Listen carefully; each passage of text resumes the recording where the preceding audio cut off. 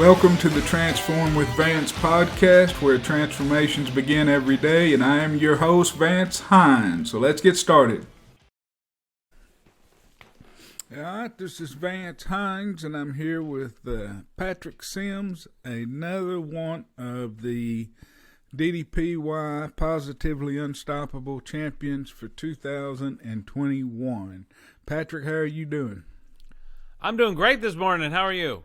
I am doing good. You got a fancy setup there, man. That's a nice mic. And do you do your own podcast? Yes, I do. I've got two of them. I do the For You Health and Fitness podcast and the For You Entertainment podcasts, both on Apple Podcasts and YouTube. So I do audio and video.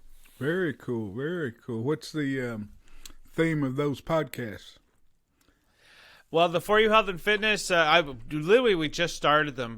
For You Health and Fitness, obviously, is where we're trying to get people to get inspired, motivated, give them information to try to help them live their best lives. So we're starting the program off by getting all of the champions on. So we just did Stephanie Kelly.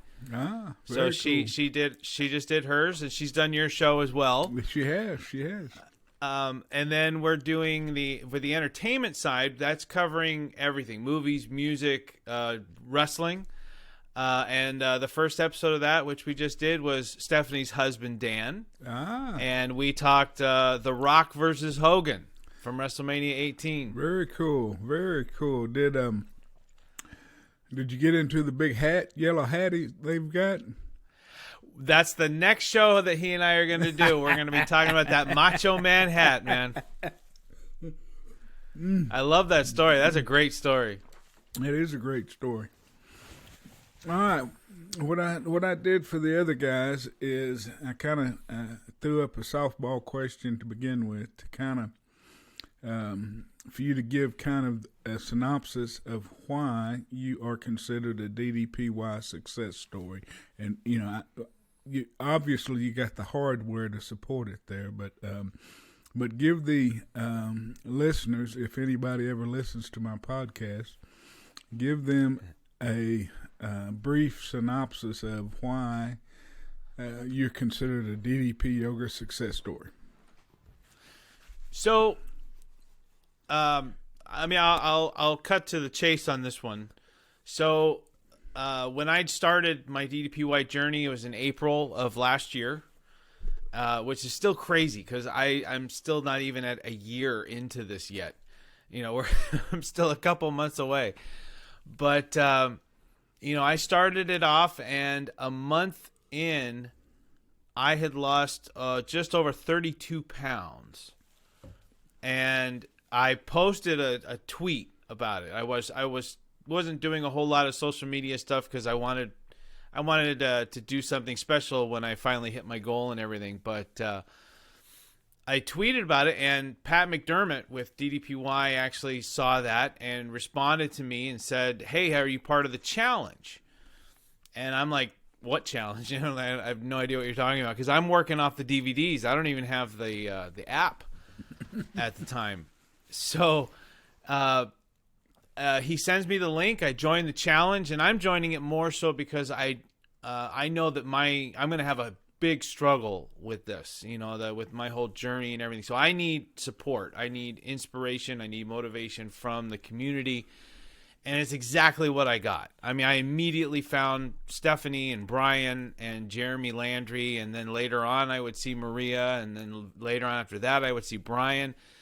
So it was a great experience to be involved in that, and it really pushed me to keep doing well and doing better. So after 6 months of my challenge ending on October 3rd, I had lost 120 pounds, which I think for DDP, he said this like a ton of times where he's just like, I wouldn't have believed it if he hadn't documented everything. And I did. This wasn't something that, again, I didn't plan on this or anything. I was doing this for me, for my own accountability. So I was documenting every single weekend. I took pictures of the front, both sides, the back.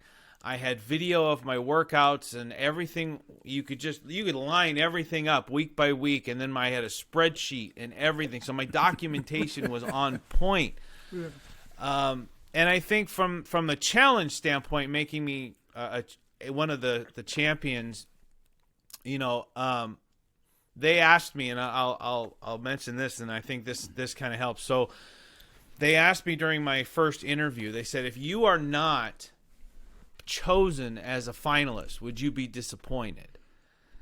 And I thought about that for like a split second. And, you know, for the first thing that goes through your head is you're like, well, if, you know, I should probably tell them what they want to hear, which is, no, like, no, I'm already a winner, and I'm already this, and I'm already that. And, you know, the real, you know, the real thing of me and being a champion is I've got my life back, which is all true. But on the other hand, DDPY has changed my mentality, and it's given me confidence and stuff. And so I've been able to be a little bit more honest about it. And I looked at Steve, you, and Nadia and Pat McDermott, and I said, you know what? The truth is, yeah, I'm going to be disappointed if I'm not a finalist. And I'm just like, you know, I started at about 300 pounds, which is not like the heaviest that people have been, but to lose 120 from 3, you know, I told them, I said, look, my transformation physically, in my opinion, was second to none. My mental transformation and my story is to me is second to none. You know, my documentation was on point. So I'm like, so yeah, if you don't choose me, I will be a little disappointed, but you know, if you don't, then I said that's your fault.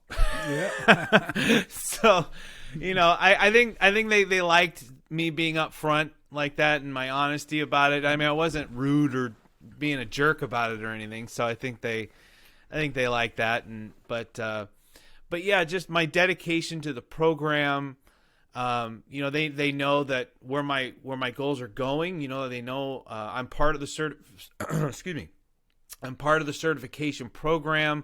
I've become more active on social media, really trying to help give back and encourage people. So I think they looked at where I came from, what I did, where I was at that time, and then where I was going with it. And that all combined, I think that helped them make a pretty clear decision on that one, in my opinion. And you've got the hardware to prove it. So show them the hardware here. Show them and explain what that is. So this, and I'm trying to do it so my ring light doesn't reflect off it too much. So this is the belt that they give all of the champions. Brian Tan looks slightly different because his has grand in front of it. But it down here, you know, I've got the Roman numerals, if anybody knows what those mean anymore. So, you know, because we're the 2021 at Positive and Unstoppable. And I like this design. Like, I really do. Like, I thought Candy's was really cool. And it's got actually DDP on it. I really like the diamond cutter sign on it. And it was funny because they messaged me and they were like, the one thing they couldn't figure out on their own was if I wanted Patrick or Pat. And I like the way my name looks formally as the full name. And, you know, I think Pat Sims on a belt like this wouldn't look quite as good. But one of the really cool things about this belt, and I don't know if the other guys have shown you this. So right here, one of the plates on the side, you'll see it says Team. You can barely see the team there, but it says Team Relentless on it. And there's a little R here, the little design that they came up with. That is the name that the 6 of us came up with for ourselves. We kept trying to come up with some kind of catchy little name, but we wanted to make one that was impactful and meaningful, but not one that was like bragging. You know, still kind of, you know, we didn't want anybody thinking we were better than them or anything else. You know, I always have a thing. I just did a post like, you found success. Now what do you do? And one of those things is stay humble. Yeah. You know, you're not better than anybody. You know, DDPY chose you. You know, I got this tattoo that says Unstoppable right here. Hey, show it. I want to see the tattoo. Show me the tattoo. Yeah. So let me swerve a little bit. So there you go. Oh man, so that's cool. So you got the very nice. Yeah. When one of my goals was when I lost 100 pounds, the reward for the goal was to get a tattoo, but it was for my back. And so we couldn't afford it until I won, until I was a champion. So I came back, and then one of the first things I did was I signed up for the certification to be an instructor, and then immediately was looking for tattoo artists, and I had my entire back done. What does it say? But at the same, it's what it is. It's this giant black sword that goes from the base of my neck all the way down to the bottom of my back. And then out from there, it spreads these Celtic designed wings, and they come swooping down and cover the entire back. Oh, let's see it. You got to show us. All right, I can do that. I can do that. You got to show us, man. All right. How long did it take to do? It took 2 sessions, a total of 10 hours. 10 hours. Damn. Yeah, so let me I want to see what a Celtic wing is. I don't know what do you mean by a Celtic wing? Oh, man. Can you see it? Yeah, that's badass, man. Yeah, so Celtic is just a special design, and with me being Irish and Scottish, it's kind of part of who I am and where I came from, and it's very similar to maybe like a tribal design as well. Like they're very sharp edges. And everything like that, but yeah, I found that design, and we had to adjust it so that it would fit my back really well. And the guy that I did, he's actually a friend of mine who did it, and he didn't charge me very much, but he did my forearm basically for free. Wow. And Very so cool. yeah, so the Unstoppable one, my favorite is probably my second favorite tattoo, because if my wife watches this, my favorite is my wife's initial on my but for the Unstoppable one, he was lining it up and everything, and I designed this one, and I designed it on my computer. So I said, when you put it on and you stencil it on, I said make the letters just slightly off. Don't make it perfectly straight across. And then if you see each of the letters, there's little holes in them, and stuff, because it looks like they're kind of falling apart a little bit. And that was on purpose, because I wanted this to really represent me. And the best way to do that is show that, it's not all quite right. Yeah. But the word still applies. I love it, man. I love it. Now, I can relate to the there's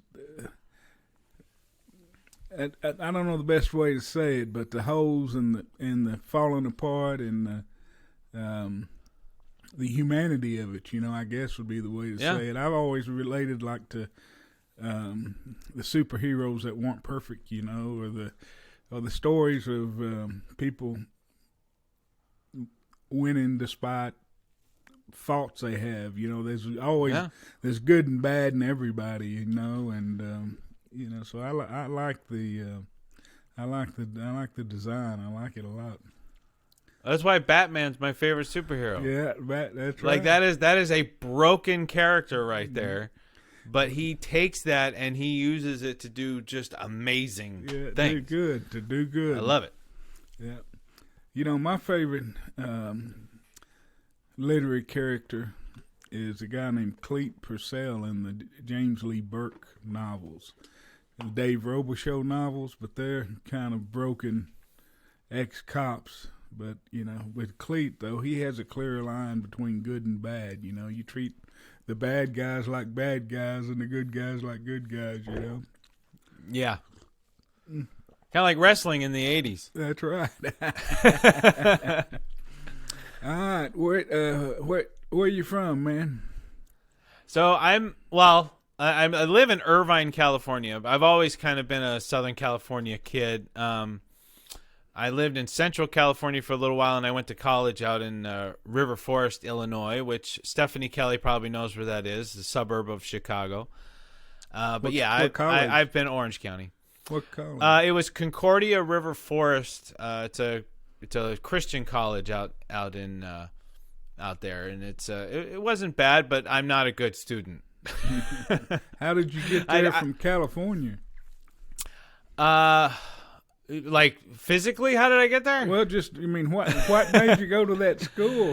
Oh, there's a lot of schools between Christian yes. schools between California and the suburb of Illinois. How'd you get to that one? Well, there's a Concordia Irvine out here, and I wanted to go there, but the only way I was going to go to college, and like I said, I was a terrible student.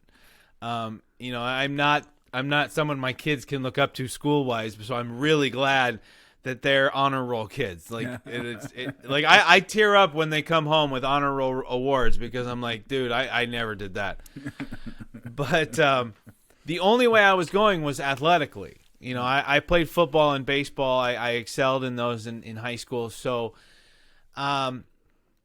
River Forest I was a fullback on offense in football, and I was a defensive end on defense, and on baseball I was a catcher.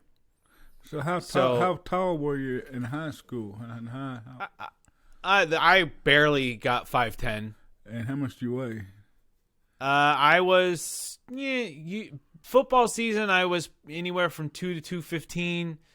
I had really strong lower body. I was squatting, anywhere between 550 and 600 pounds. Damn.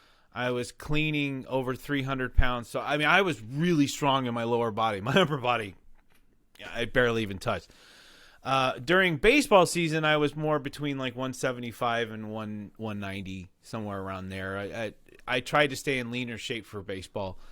But those positions really catered to having screwed up knees and hips and everything for a while before DDPY came in. But how many years did you play in college? How many years did you play in college? I only played one, unfortunately. I did that too. I got hit by a car. Oh shit! I was out there. You got a better excuse than I do. I hate it. It's because because my academics weren't great. I really wished I had put more effort in and stuff. But I don't like looking back and regretting or anything like that because it's all led me to where I am now. Yeah. But out there, if you guys would go to the Midwest, I didn't drive out there. My dad took me out there in his RV. And so I didn't drive out there. I didn't have a car or anything like that. And so I walked everywhere. And I was walking. One of my normal things I did, it was back in the day, they had a VHS store. And that's where I went to get my wrestling tapes so that I could see the pay-per-views and stuff like that. And that's where I bought my only WCW VHS, which was DDP's Feel the Bang VHS tape. And I was walking. You were a DDP fan back then, huh? That is a story in and of itself. Not exactly. So what happened was, I grew up a wrestling fan. Okay, WWE was everywhere in the 80s. Hulk Hogan, especially, was everywhere. So I was a huge Hulk Hogan fan, and I've said this a few times. I don't know if it's going to be part of my video or what that DDPY puts out, but essentially my father, my biological father, was there's no sweet, sugarcoating. It was a horrible person. He was a very physically and emotionally and mentally abusive person. And as a kid, I needed to find a way to get away from that. I couldn't get away from my father, but when I had time to myself, I had to find a way to kind of escape reality. And professional wrestling did that for me. I have given WWE, Hulk Hogan, Jake the Snake, and Macho Man, Ultimate Warrior, these guys, the credit for almost pretty much saving my life as a kid. I could have gone down a very dark road. I could have had some thoughts that were really not good for a child to have. but I found solace in WWE. And the first pay-per-view that I ever watched from beginning to end was in 1990, and it was WrestleMania 6. And that just happens to be also the WrestleMania debut of Diamond Dallas Page, who drove his pink Cadillac down to the ring with Rhythm and Blues. Now, at the time, obviously, I didn't know that's who that was, but I am a big believer in fate and that everything happens for a reason. And how weird is it that he's in that pay-per-view, not as a wrestler, but he's in it. Yeah. And I just remember watching from beginning to end, and it's still a pay-per-view I can watch from beginning to end and be thoroughly entertained and love it. You know, it ends with the Ultimate Warrior versus Hogan. And now let's skip ahead. I'm definitely a huge fan. I've basically made a decision. I'm going to be a lifelong fan. They gave to me something that was very important when I needed it. I'm going to be loyal to them. So the WCW Monday Night, WWE Monday Night Wars started happening, and I picked a side.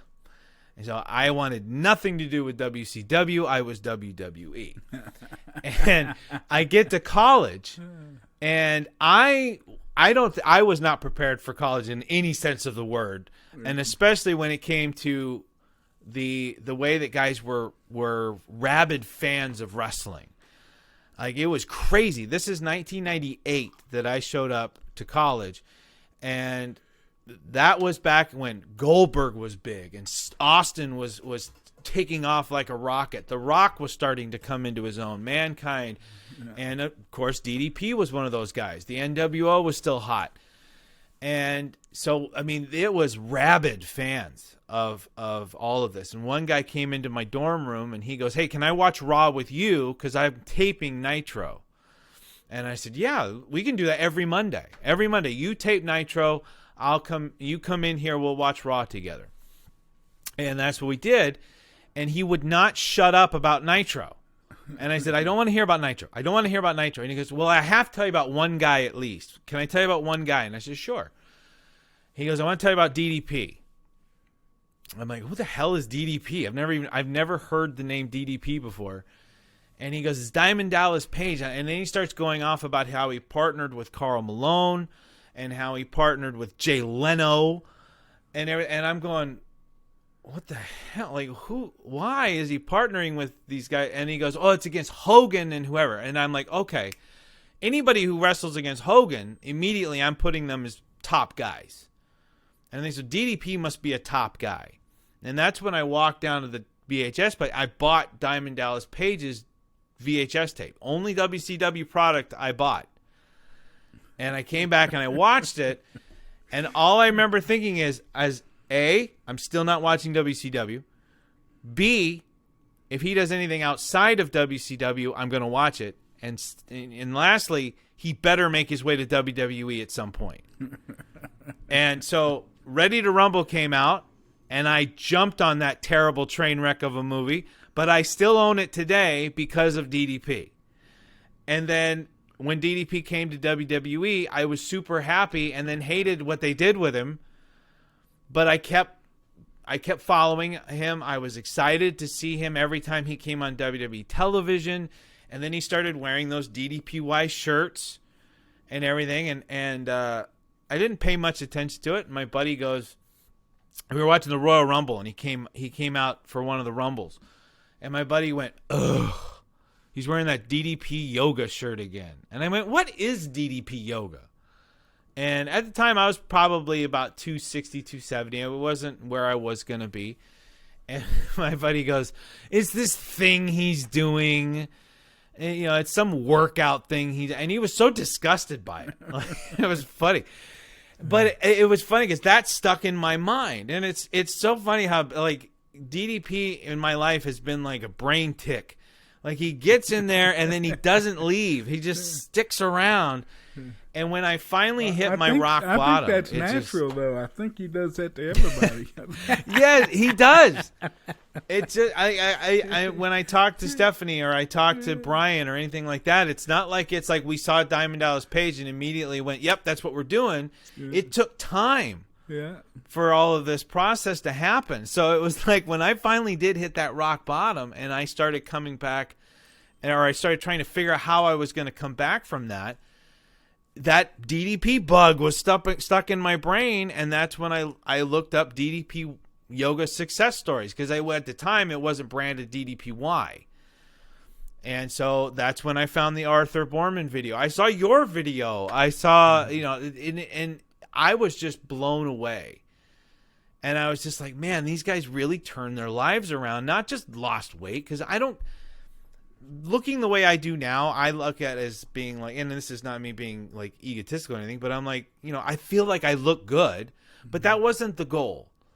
That was what I call like icing on the cake. My wife can put her arm, around me and we can go out and she can feel like, she's got her eye candy now too. And that's how she puts it. And it's like that's just a icing on the cake. Yeah. What I was really wanting to do is I wanted to get healthy, number one, so that I could grow old with my wife, so I could be there for my grandkids. But I also wanted to change my whole mentality about life. I wanted to change my mentality on food. I wanted to change my mentality on exercise. And, I was at a point in last year, 2020, where I was telling myself, I need to just check out, because if my wife and kid come home and I'm not here, that's better for them.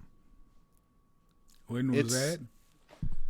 That would have been toward the last quarter of 2020. I mean, I probably from about October, November, December, January of 2021. That was my mindset. My business had failed. Okay, wait a minute. And wait a minute. yeah, I'm getting ahead of you. I don't want. Oh, sorry. I don't want to cut you off, but I want to back up. I want to hear about you getting hit by the car. Oh, yeah. You started that story, and I got you sidetracked. And then we sidetracked, yeah. No problem. I wanted to hear that story. It's not a fun story, but so like I was walking to that VHS story that I was talking about, and which obviously I didn't make it. I got about halfway there, and I'm crossing the street, and this car just bowls right through the stop sign. And just takes me out, takes out my right knee. I fell onto their hood. I had green paint on my forearm where I hit the car, and then rolled off. And as I was telling the story on the college radio thing, they go, "Well, why didn't you get the license plate on it?" And I said, "Oh, I'm sorry I didn't roll over and memorize their license plate as I'm writhing in pain." So it was a hit and run? Yeah. That hit and runs are the story of my life. That also was a big part of my downfall before, later on. But yeah, they just took off, and I got up, and I couldn't put any weight on my knee. And but this is before cell phones. Did you never see him coming? No. They came around a corner, and of course, as a normal human being, your first thought process is that's a stop sign. Mm-hmm. They'll stop. I'm in a crosswalk. No, no, that didn't happen. So you're what? I walked back. You're 19 or 20? I was 18. 18, and I was 18 when that happened. 1 year, so you were in good shape because you were in athletics and doing it all. And what injuries? Yeah. What injuries did you suffer? The main one was my knee, my right knee. It was done. And when you're young and you think you can do anything, I stupidly, like I said, I got up and I knew that my knee was shot, but I didn't know where a hospital was. There was no cell phones. I'm in a suburb, which means there's also no pay phones. So I walked about 3 miles back to my dorm room with a terrible bad knee. And I got back. I missed baseball practice that day. And I got a phone call from the captain of the baseball team. And he and I are buddies today. Like we're really good friends. And he calls me up and he leaves me a message and he's like, you SOB, don't you ever miss practice again. If you miss practice, you better have gotten hit by a bus. And I called him up and I go, just to let you know, it wasn't a bus, but it was a car. And he's like, wait, what? Car. Yeah, he goes, you got hit by a car? And I said, yeah, I did. And he's like, oh my gosh, I'm so sorry. I'm like, no, dude, I get it. I was a captain in high school. Like, I get it. And you're good. I never took anything personal or anything like that. But, and then, I got hit by a pitch once that cracked my elbow, my left elbow. It was a 98-mile-an-hour fastball, and I couldn't get out of the way, and it clipped right at the tip of the elbow. So I have to wear a pad on my elbow now going forward. But that again, and I did after that when I wasn't able to go back, because now I can't really play baseball anymore. I couldn't be a catcher. For sure. Did you have to get surgery or anything on your knee? Nope. I hate getting surgery. I don't do surgery unless I have to. My doctor is still, even though my doctor believes that I've put off my shoulder surgery for 10, maybe 15 years because of DDPY, he's still not happy that I won't even consider replacing it anymore, because I don't like doing that, because I feel like I can work through stuff. And sometimes that's a bad mentality to have. But, like when I had diverticulitis at one point, which is a intestinal problem. Little pockets in your intestines that get stuff stuck in there and infected. Yeah. And mine burst. Yeah. So I didn't have a choice. Once your large intestine bursts, you either have to have it removed. What's that? Did you go into sepsis? Oh, did you get septic? No, I got very lucky. When we caught it, the doctor basically caught it after I had been diagnosed with it, but they didn't see the burst in there. So when he saw it, he just immediately went, "We need to get that out of there, because if we wait, there could be an infection. You can die from this." So I had a foot of my colon removed. And that was because I had to. I was 28. 28 when that happened. So you've been hit by a car. You've had a foot of colon removed. What else? Double hernia. I had a double hernia when I was 24. Where at? It was on my right side, right groin. So I had one going out, which looked like a baseball poking out of my groin area, and then I had one going down, and the one going down was the one that the doctor was really concerned about. He's like, people live with ones that pop out. Yeah, well, that's not a problem. My grandfather lived with one forever. It would, the intestine would go down into his ball sack and go down. And that was the one the doctor. Yeah, he wore this damn. I don't know. Truss? Some kind of contraption, like a little. So you tried to hold it in. The strap. Yeah, they call it a truss. You wear it like over, just over your underwear, and there's these little things that push.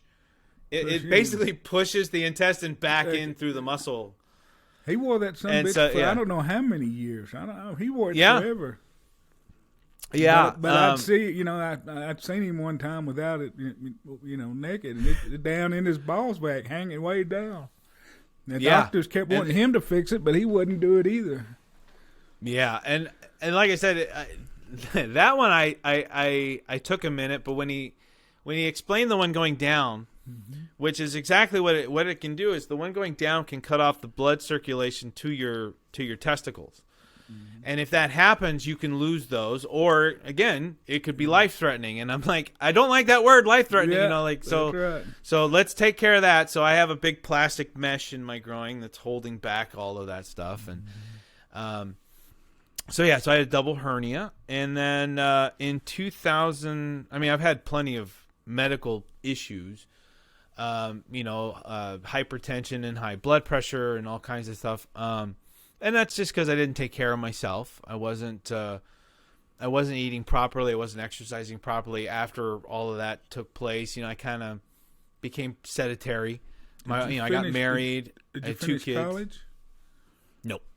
How Nope. far As soon as I got 1 year, and then I came back and went right to work. Yeah. Joined the workforce, and again, it was I didn't like being a student, and if I wasn't playing football or baseball, I didn't want to go to school. I'd rather go to work. Maybe not the best choice, but I have to learn a certain way. So like right now during my certification process, I'm able to learn however I need to learn to get this done. And I love that because I'm a very visual learner. I like to learn by doing. Okay? Mm-hmm. Like one of the things I hate in school was when they just gave me a book and said, "Here, read this, study this." And then here's the test on it the next day. And it's like, ugh, or just give me a lecture and I have to sit there and I like participating. Mm-hmm. So like when I train people at my work, or if I train people in anything, I like for them to participate in it. I don't like just showing you how to do something. I want you to get in here and I'm going to tell you how to do it, and you do it while I'm telling you. Because that's how I like to learn. Now, if you don't like to learn that way, I'll adjust how I teach.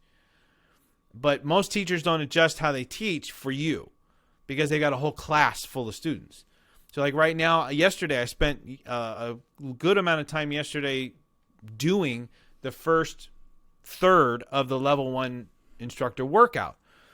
And so I'm doing it while I'm learning it so that I can get it down and then turn the video off and then do it again and do it without the video and see how much I can remember. And I love learning that way. I get programs on my computer, video programs, audio programs.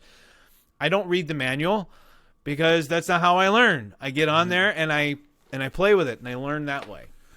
That, a lot of people I've heard, that's how they did their level 1 instructions, was break it down in small portions and get it nailed first, and then add the second portion and so forth. And they said that's the best way to do it.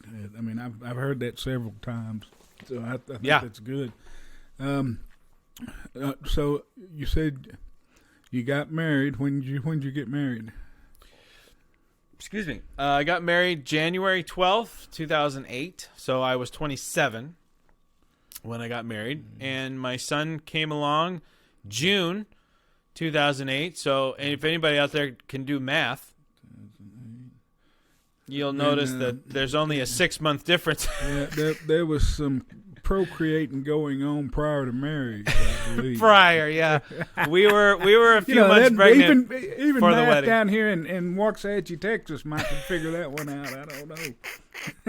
Now here, I need to make this very clear though, all right? We did not get married because we got pregnant.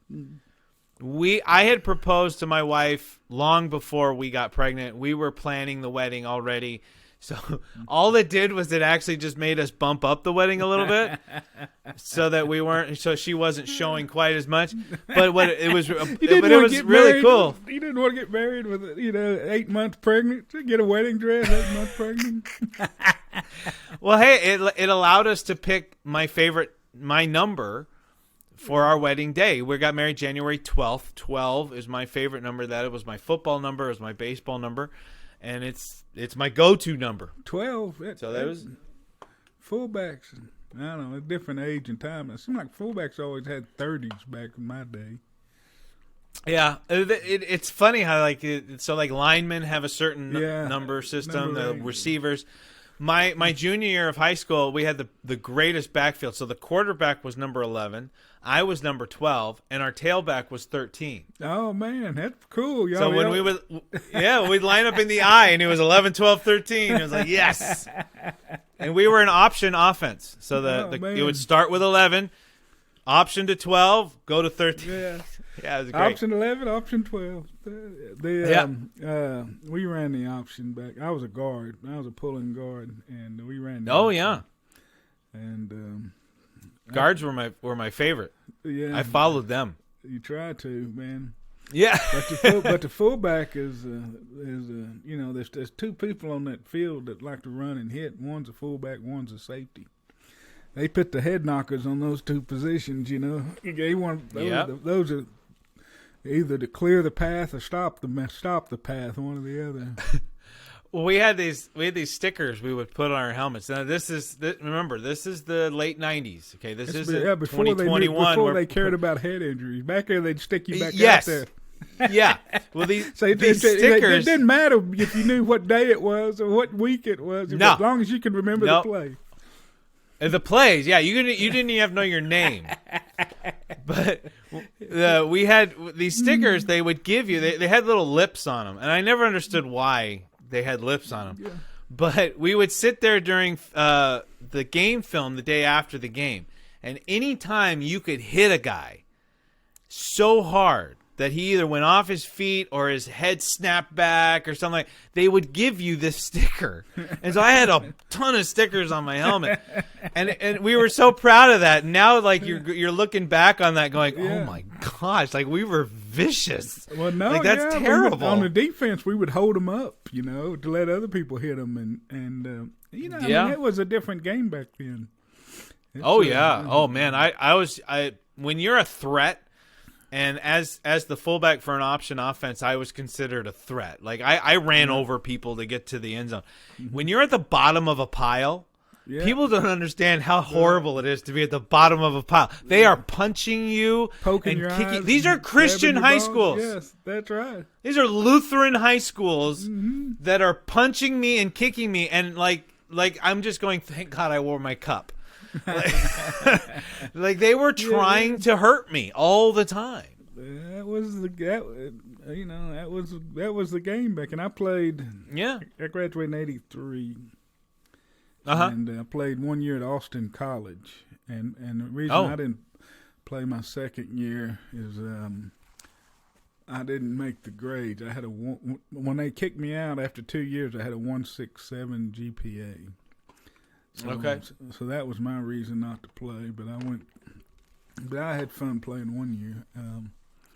But yeah, it had to be tough though. It was a different game back then. Yeah. Even quarterbacks were allowed to get hit back then. There was a guy. I started. I got this is my claim to fame in my college football career right here.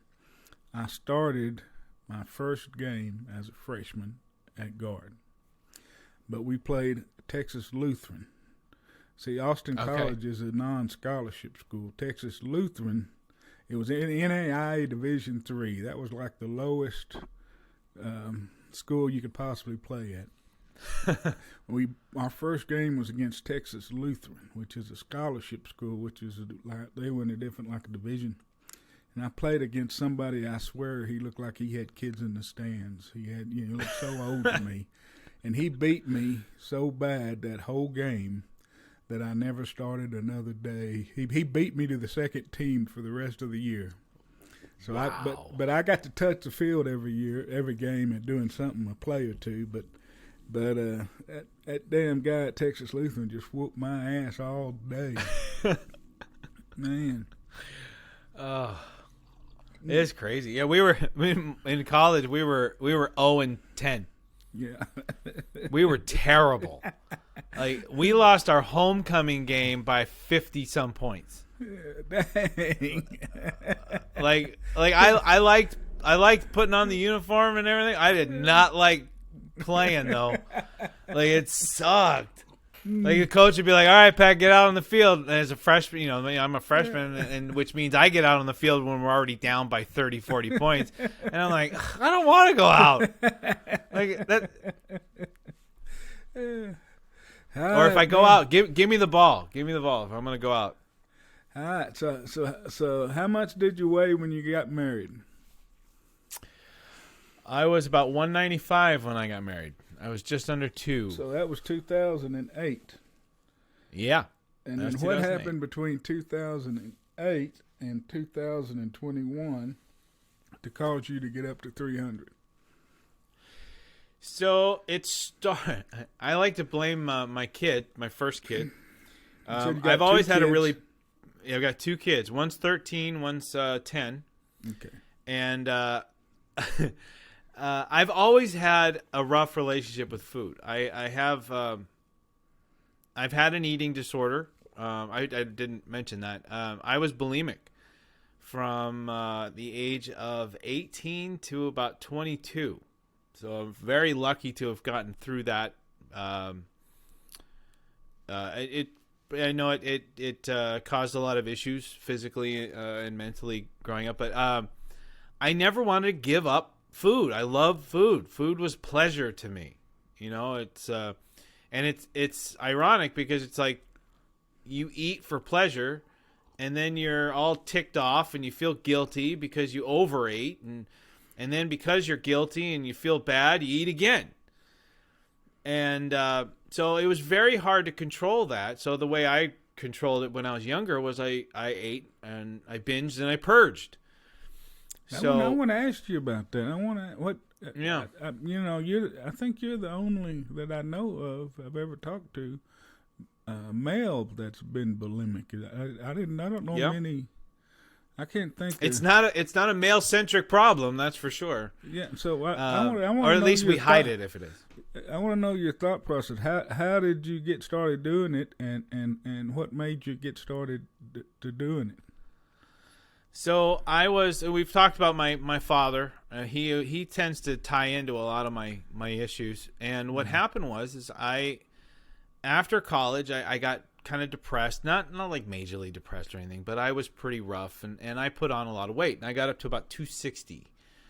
And that to me was really big. And for my frame anyway. And so I went to see my dad. How tall are you? I'm like I said, I'm probably about 5'9", okay, somewhere around there now. I don't think I'm 5'10" anymore. My wife thinks I'm taller since doing DDPY though, but so maybe I am. But anyway, so I went to my dad's house and I was just visiting, and he looked at me and he called me a fat F. I don't know if you allow cussing or anything. I'm not big on it. I allow everything. So if you don't mind, I don't mind. He called me a fat fuck, is what he called me, and he said, "You're never going to amount to anything. You're just going to be a fat fuck for the rest of your life." And I cried horribly and ran out the door, and I didn't see him for a couple of years after that.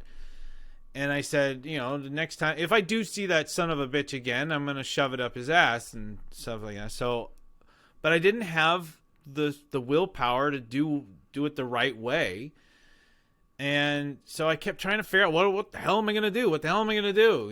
I was too embarrassed to go to the gym and anything else. So, I forget what I was doing, but I was doing something, and I realized that I had a really strong gag reflex. I don't know if I smelled something or what, but I just I started and I went, huh, like I've heard of this. And I think I had just eaten lunch or something. So I went into the bathroom and I just kind of shoved my tongue to the back of my throat to make myself gag, and it all came up. And I was like, it was like the worst light bulb moment in the history of light bulb moments. I was like, I could do that. I can't be anorexic, because I'm thinking I got to do something drastic. Instead of doing the right thing, I got to do something stupid. So it meant I could eat whatever I want, as much as I want, and I could just bring it up.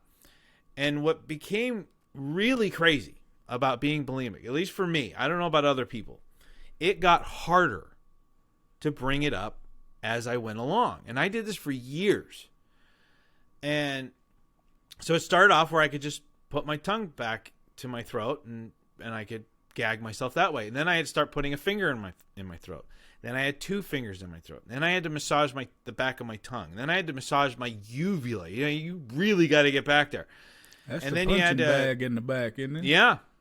Yep. And I would like literally I would flick it and get just to try to get the gag reflex. And this is disgusting right now. Okay. Like I'm disgusting myself with it, but like I would eat hot foods a lot. I love spicy foods.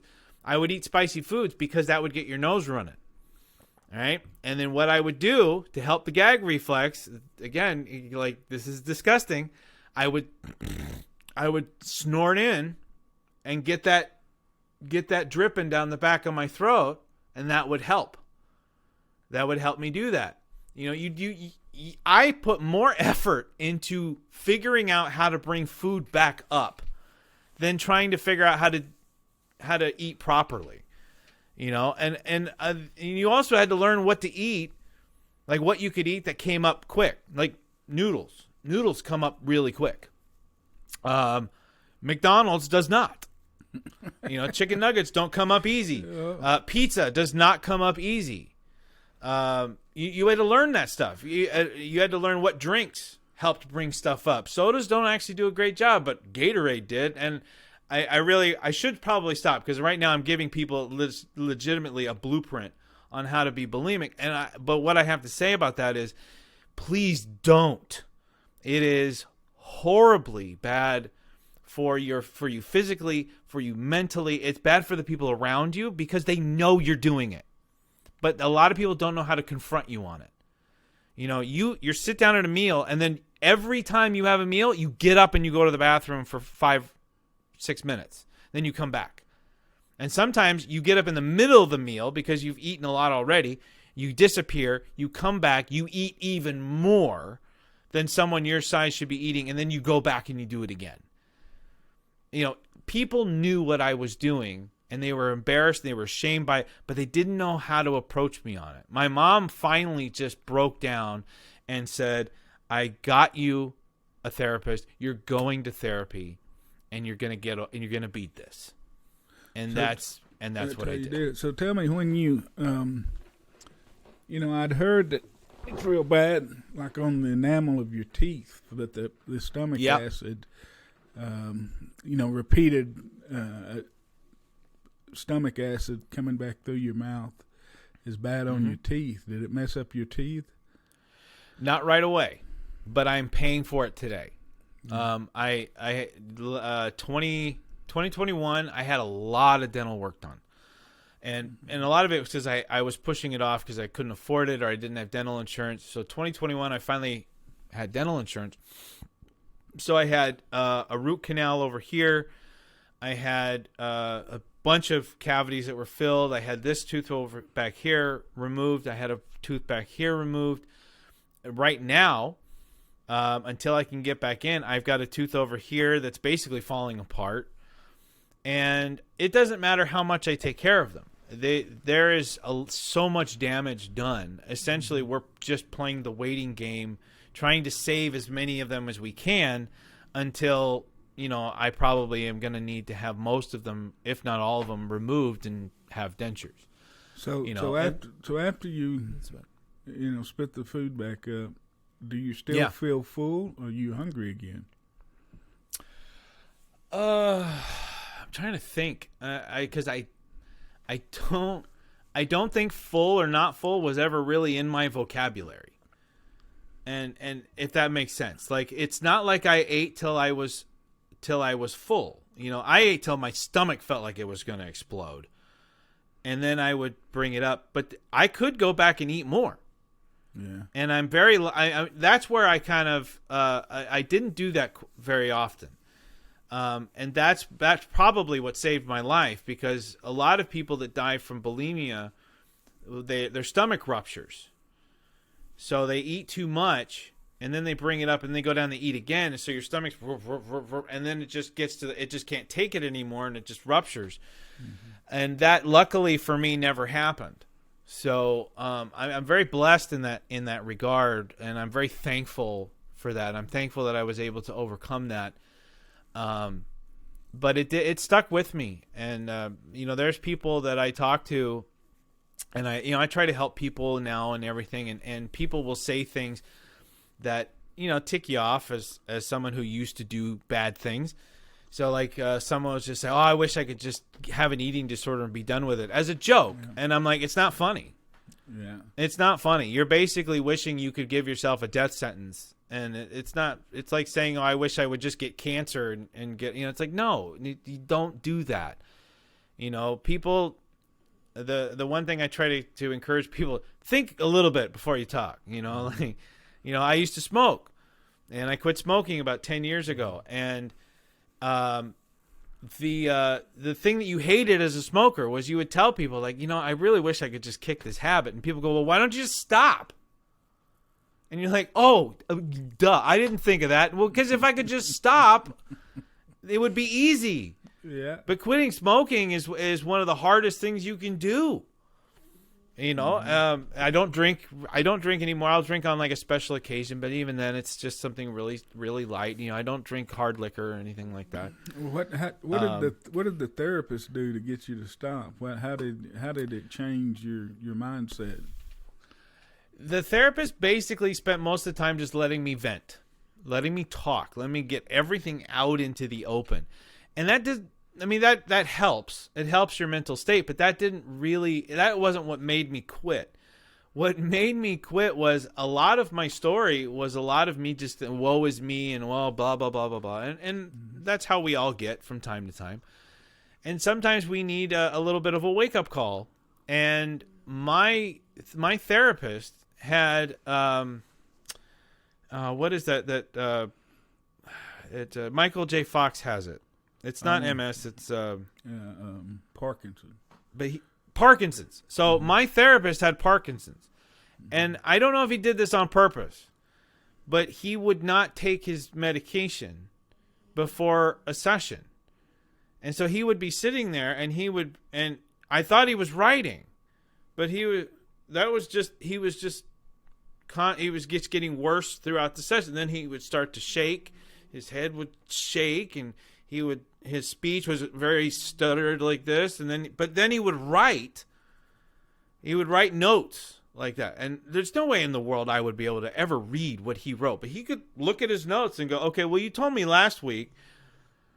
And I'm looking at this guy and I'm going, this guy's got more problems at that point. That guy's got more problems than I've got.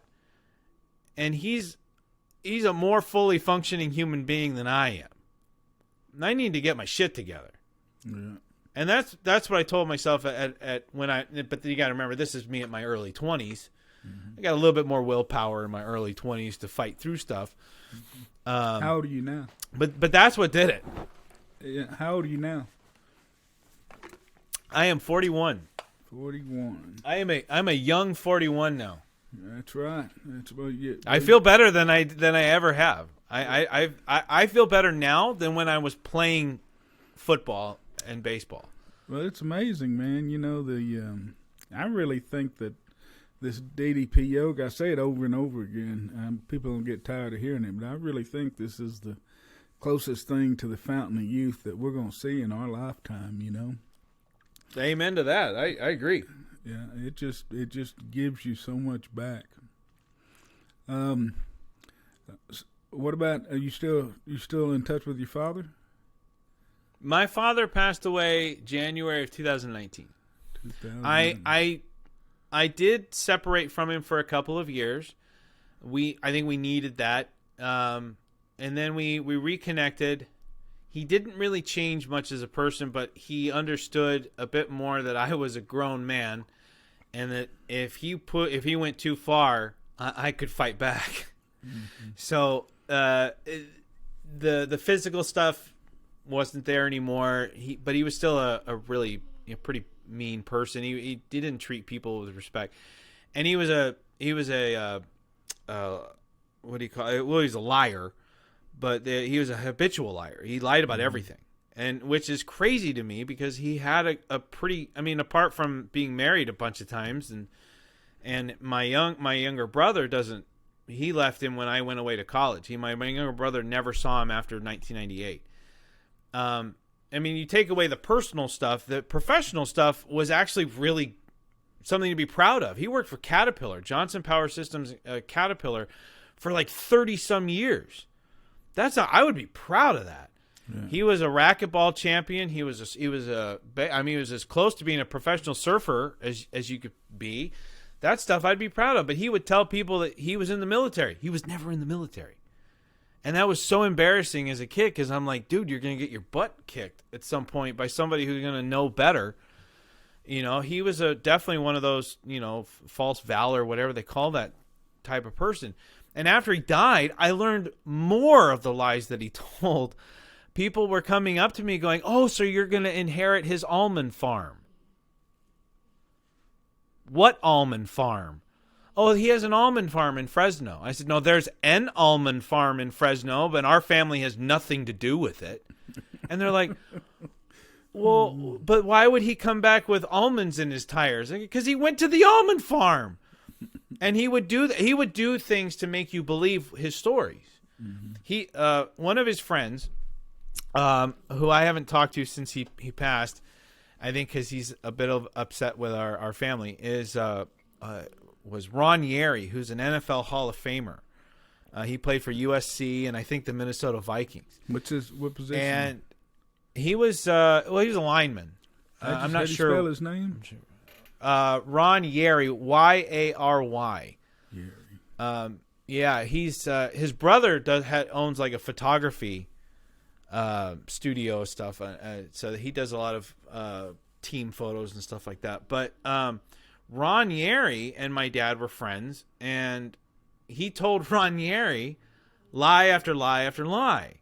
So now I'm talking with NFL Hall of Famer Ron Yeri at my father's memorial, and my big thing was I told people, I said, whatever my father told you, that's what he wanted you to think of him. And so I'm not going to change that. I'm not going to say I'm not going to say anything that's going to ruin his memory for you. And my brother had a different idea. So my brother, Ron Yeri, got up and said some words about my dad. And one of the things he said was that, he turned around and he said, well, your dad went to Stanford. And I'm going, ugh. Because he didn't go to college. My dad went right to work out of high school, and so he said, yeah, he went to Stanford. And then my brother walks up and says, he didn't go to Stanford. And so they get debate at the funeral, huh? Yeah, right there, and it was what it was, but it was just like I'm just sitting there going, oh man, well there went that, that's out the window. And his girlfriend came up to me after he passed, and she was like, she goes, I need to ask you a question. And I'm like, oh, this must be a really good question. She goes, we broke up for about 3 months last year. And I went, oh, God, I know where this is going. She goes, what happened during those 3 months? And I said, well, what do you think happened during those 3 months? She goes, I heard he got married. And I said, yes, he did. He got married and divorced within about 2 weeks. and the woman is absolutely insane. And I go, that probably doesn't help that I'm telling you she's insane. But yes, that did happen. And I'm like, and so now I'm feeling that because he's gone, people are getting mad at me. Because I have to be the one to take the brunt of it. But yeah, and I got a letter. I've got 2 letters from that woman that he married for a whole couple of weeks and then had it annulled. And the first one was her sending a letter to my wife warning her about me because I'm my father's son. Like, she knows nothing about me, but because my father was a jerk, that means I'm going to be, by association. That's the acorn doesn't fall far from the tree. Yeah. Argument. And that was her thing, and it pissed my wife off. Like, she was just like, oh, that's this bitch. Yeah. And then the second one I got about a month after my dad passed. Somehow she found out that my dad passed because I didn't tell her. And she sent me another letter, and it essentially said, your father is a horrible person, and he treated me badly, and I deserve some of your inheritance. And she never married him or anything? No, she married him for like 2 weeks. 2 weeks. I'm like, you knew him for a month tops. I knew him for 40 years. You can kiss my ass. You are not getting a fucking penny from me. It was ridiculous. Well, the couple, 2 or 3 things I would like to comment on there. Yes, sir. One is I am very sorry about being raised in an environment with an abusive parent. So I do not want to make light of any of any abuse that you and your brother suffered because of him. So those, I'm very, I'll just say I'm very sympathetic to those plots, and so I don't want to make light of any of this. So don't think any of my comments are making light of any of that, because I know that an abusive parent can do lifelong damage to the kids, and I hate to see that happen to any kid. But secondly, well, if I could say one thing really quick to that. Yeah. So because you're saying don't take anything you say bad. There's one thing that I would like to say that I've never said this really to anybody, but to your listeners or whoever's watching, if when someone passes, when someone close to you passes, I don't care if that person was, especially if it's a parent. Okay, it's your mother or your father. If that person was the worst person on the planet, which a lot of people thought my father was, if that person abused you, whatever the case may be, keep your comments, your negative comments about that person to yourself. Don't tell the person who is grieving, even if that person was a jerk, all these bad things about them, because the honest truth was when my dad passed, I did not get to grieve. I was dealing with his estate. He didn't have a will. I was dealing with all of that. I was dealing with all the negativity from all the people and things that people were throwing at me. And it really hurt. And it didn't allow me to really grieve for my father, my biological father. And I don't care what he did. I grew up, my mom, who's an amazing person, and she raised me as a Christian person, who my thought process is honor your father and mother. It doesn't say honor your father and mother unless, it just says honor your father and mother. Mm-hmm. So it's not that I agreed with everything my dad did or I did everything he told me, but I never gave up on him. I always wanted my father to be a better person. And when everybody was coming at me after he died, like I said, I've never talked about this, but when everyone came at me after he died, I felt like I failed in that regard. I didn't. It's not my fault that he was who he was. But I wasn't allowed to cope with it. I wasn't allowed to grieve about it. I mean, I get January, he dies. The following Christmas of 2019, I'm hanging Christmas lights on our house. And I just broke down and I started weeping out of nowhere. And I ran in the house. My wife didn't know what was wrong. I just lost it. I said, I never cried for my dad. I mean, I cried when I heard he died, but after that, I wasn't allowed to. Because no one would understand it. No, everyone, what the hell are you crying for that son of a bitch for?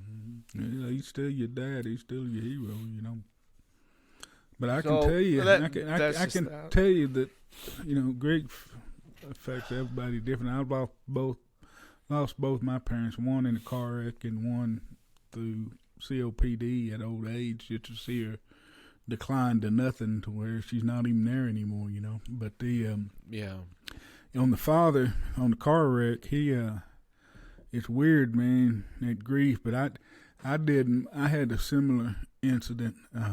I worked with my dad and my brother, and we buried him and all this stuff, and you got all that shit's a whirlwind, and it's just then everybody leaves and you're all alone. You feel like you're all alone. And then my time was when I went into the office for the first time and sat down at my desk, because we all shared an office, and sat down at my computer. And I don't know why, it was at that moment that I just broke down and cried. It was weird. It all hit you all at once. Yeah. And I don't know. It's a weird deal, man. The grief is a weird deal. My wife's going through it still. Last year, so April 3rd, I start my journey. A week later, my wife lost her biological father and her stepfather within 48 hours of each other. Damn! How did she lose both of them? I mean, was it? They expected? both died by heart attack. No, just like my father, just sudden. Damn. Heart attack. All three of our fathers, just heart attack. Well, you Done. kids better better be careful with the heart attacks. I can tell you.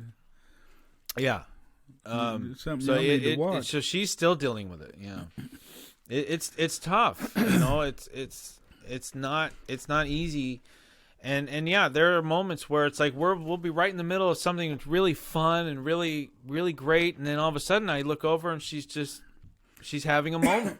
Yeah, something triggers something you remember. You know, something triggers you. Yeah, I mean that to give my wife a lot of credit, and I give her so much credit for my journey. That moment that could have derailed everything that I was attempting to do at that time. Because she could have said, okay, you need to stop with this. You need to focus on me. I'm having the problem. I need you to just be all about me right now. And I kind of was. You know, I didn't do any workouts that week. I stayed very much by my wife's side, and I really focused on her. But she would not let me go off of my keto diet at the time. She goes, you can miss a workout for me. That's fine. But you cannot cheat on your diet. You know, I'm depressed. If I want to go pig out, I'm going to do it when you're not around, you know, and I'm like, okay, you know, but because she could have very easily said, we're going to go drown our sorrows away at a buffet, you know, and I would have jumped on it because I'm only a week in. What do I care? Yeah. You know, so it's like, but she did not let that happen. She's the one that stayed strong for me. And if it wasn't for her, and if it wasn't for her strength and her dedication to our marriage and to me, I would not be a champion today. So her name, I've said this to a couple people, her name should be on that belt right next to mine. I mean, support is a big part of the journey. I wouldn't be where I'm at without the marriage support for sure. You know, it's yeah. Definitely a family with young kids. You know, it's hard. Everybody eating different food. But I want to go back to your dad. You talked about him having a 30-year career at Caterpillar. You know, yeah. A lot of times people do really well that don't have a moral in business, that don't have a moral compass, and is not afraid, you know, to basically sociopathic liars, or I don't know if I'm using that term correctly. You know, ones that can lie without. Well, he was a salesman. Yeah, you know, and that type of personality excels in business a lot of times. I mean, because they don't have the moral compass, and they do well, and. You know, so it's weird that capitalism, gives a positive reinforcement for those type of personalities. You know, but anyway, that's a sidetrack. All right, so you got married, you got 2 kids. How'd you get up to 300 pounds? You should have got you one of those shirts in the back that said "I beat bulimia," you know, because it would have been. Yeah, you seen that on those guys that. Yes. Yeah. You know, you should have. And mine would actually be real. Yeah. Yeah, yours would have been real. Well, so like I had mentioned that I was, I had this relationship with food where I was addicted to food and everything. So when my wife got pregnant, it kind of gave me like okay, now you have permission to eat as much as you want when whatever you want, because my job was essentially to feed my wife. You know, it was like I would go to work, I get off of work, and she would have me stop at multiple fast food restaurants on the way home because she's craving stuff. Well, you think I'm going to turn down having food at all these? But no, so I ate like crazy, and I think I gained probably just as much weight as she did on the pregnancy. I was about maybe 240 when my first son was born. And, I tried diets and exercise programs off and on. I thought, I'll get a Wii Fit. The Wii Fit, that'll fix everything. And, so I was yo-yoing for a while, and it was like, 250 and then 230 and then 245 and 225 and so I never found any consistency. And I even had a UFC gym membership at one point, and that was stupid. That was pointless. And then I started allowing a lot of excuses to keep me sedentary and just keep me eating and not doing anything. And one of the big ones was I want to say it was 2012, maybe 2013. My shoulder started hurting, and it was kind of out of nowhere. And I had a lot of misdiagnosis happening going on. Like I had one guy telling me, "Oh, it's a sprained shoulder," and I'm like, "How did I sprain it? I'm not doing anything." I woke up one morning and I started feeling pain. He goes, "Oh, just put a sling on." I put a sling on, and it got worse. So I had another doctor told me it was what they call frozen shoulder. So he goes, "Well, you were an athlete once." And I said, "Yeah, once." And he goes, "Well, you don't play anymore, right?" And I said, "No, I haven't played in a long time." And he goes, "Well, it's because you're not using it anymore. And so you've got frozen shoulder." And he goes, "So here's what you're going to do." And he gave me all these things to do, and I did them, and nothing worked. And then I had another doctor tell me, "Oh, it's your bicep tendon." So I started doing therapy for the bicep tendon, and that did alleviate some of the pain. And then it was 2020. 2019. I'm sorry. 2019, I finally get into a doctor who does a whole myriad of tests on it, because I'm at this point now the pain's just out of control. I can barely hand people a piece of paper. And the doctor says, "You have no cartilage in your right shoulder, so you have stage 4 severe degenerative arthritis in your shoulder." He goes, "It's going to hurt for the rest of your life. We can't fix that." And I said, "Well, what's this bicep? Is the bicep tendon anything to do with that?" And he goes, "Well, we won't know that till we get in there." And I'm like, "Oh, here we go, surgery." And he goes, "We're not going to replace it." And I said, "Well, no, you're not going to replace it. I don't want it replaced, because you're going to replace it with a piece of plastic." And he goes, "Well, first of all, you're too young. We usually don't do shoulder replacements till you're in your 60s." He goes, "But we need to get in there. We need to take a look at it." And I used my shoulder that whole time just as an excuse not to do anything. Mm-hmm. I even I had gotten the DVDs for DDPY actually in 2019. And I had tried it, and my shoulder hurt, and I went, "Oh, I can't do that." I used my shoulder. It was an excuse. It was my built-in excuse not to do anything. And so they did arthroscopic surgery on my shoulder. So they went in there, they cleaned it out, they took out 6 bone chips from my shoulder, and then he detached and then reattached the bicep tendon. And when he did that, it made me immobile. With my arm, I couldn't move my arm for weeks.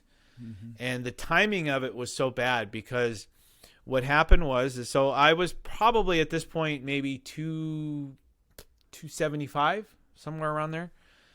And because I had my accident in 2018, 2019 my dad died, and so things just kind of progressively I kept gaining weight.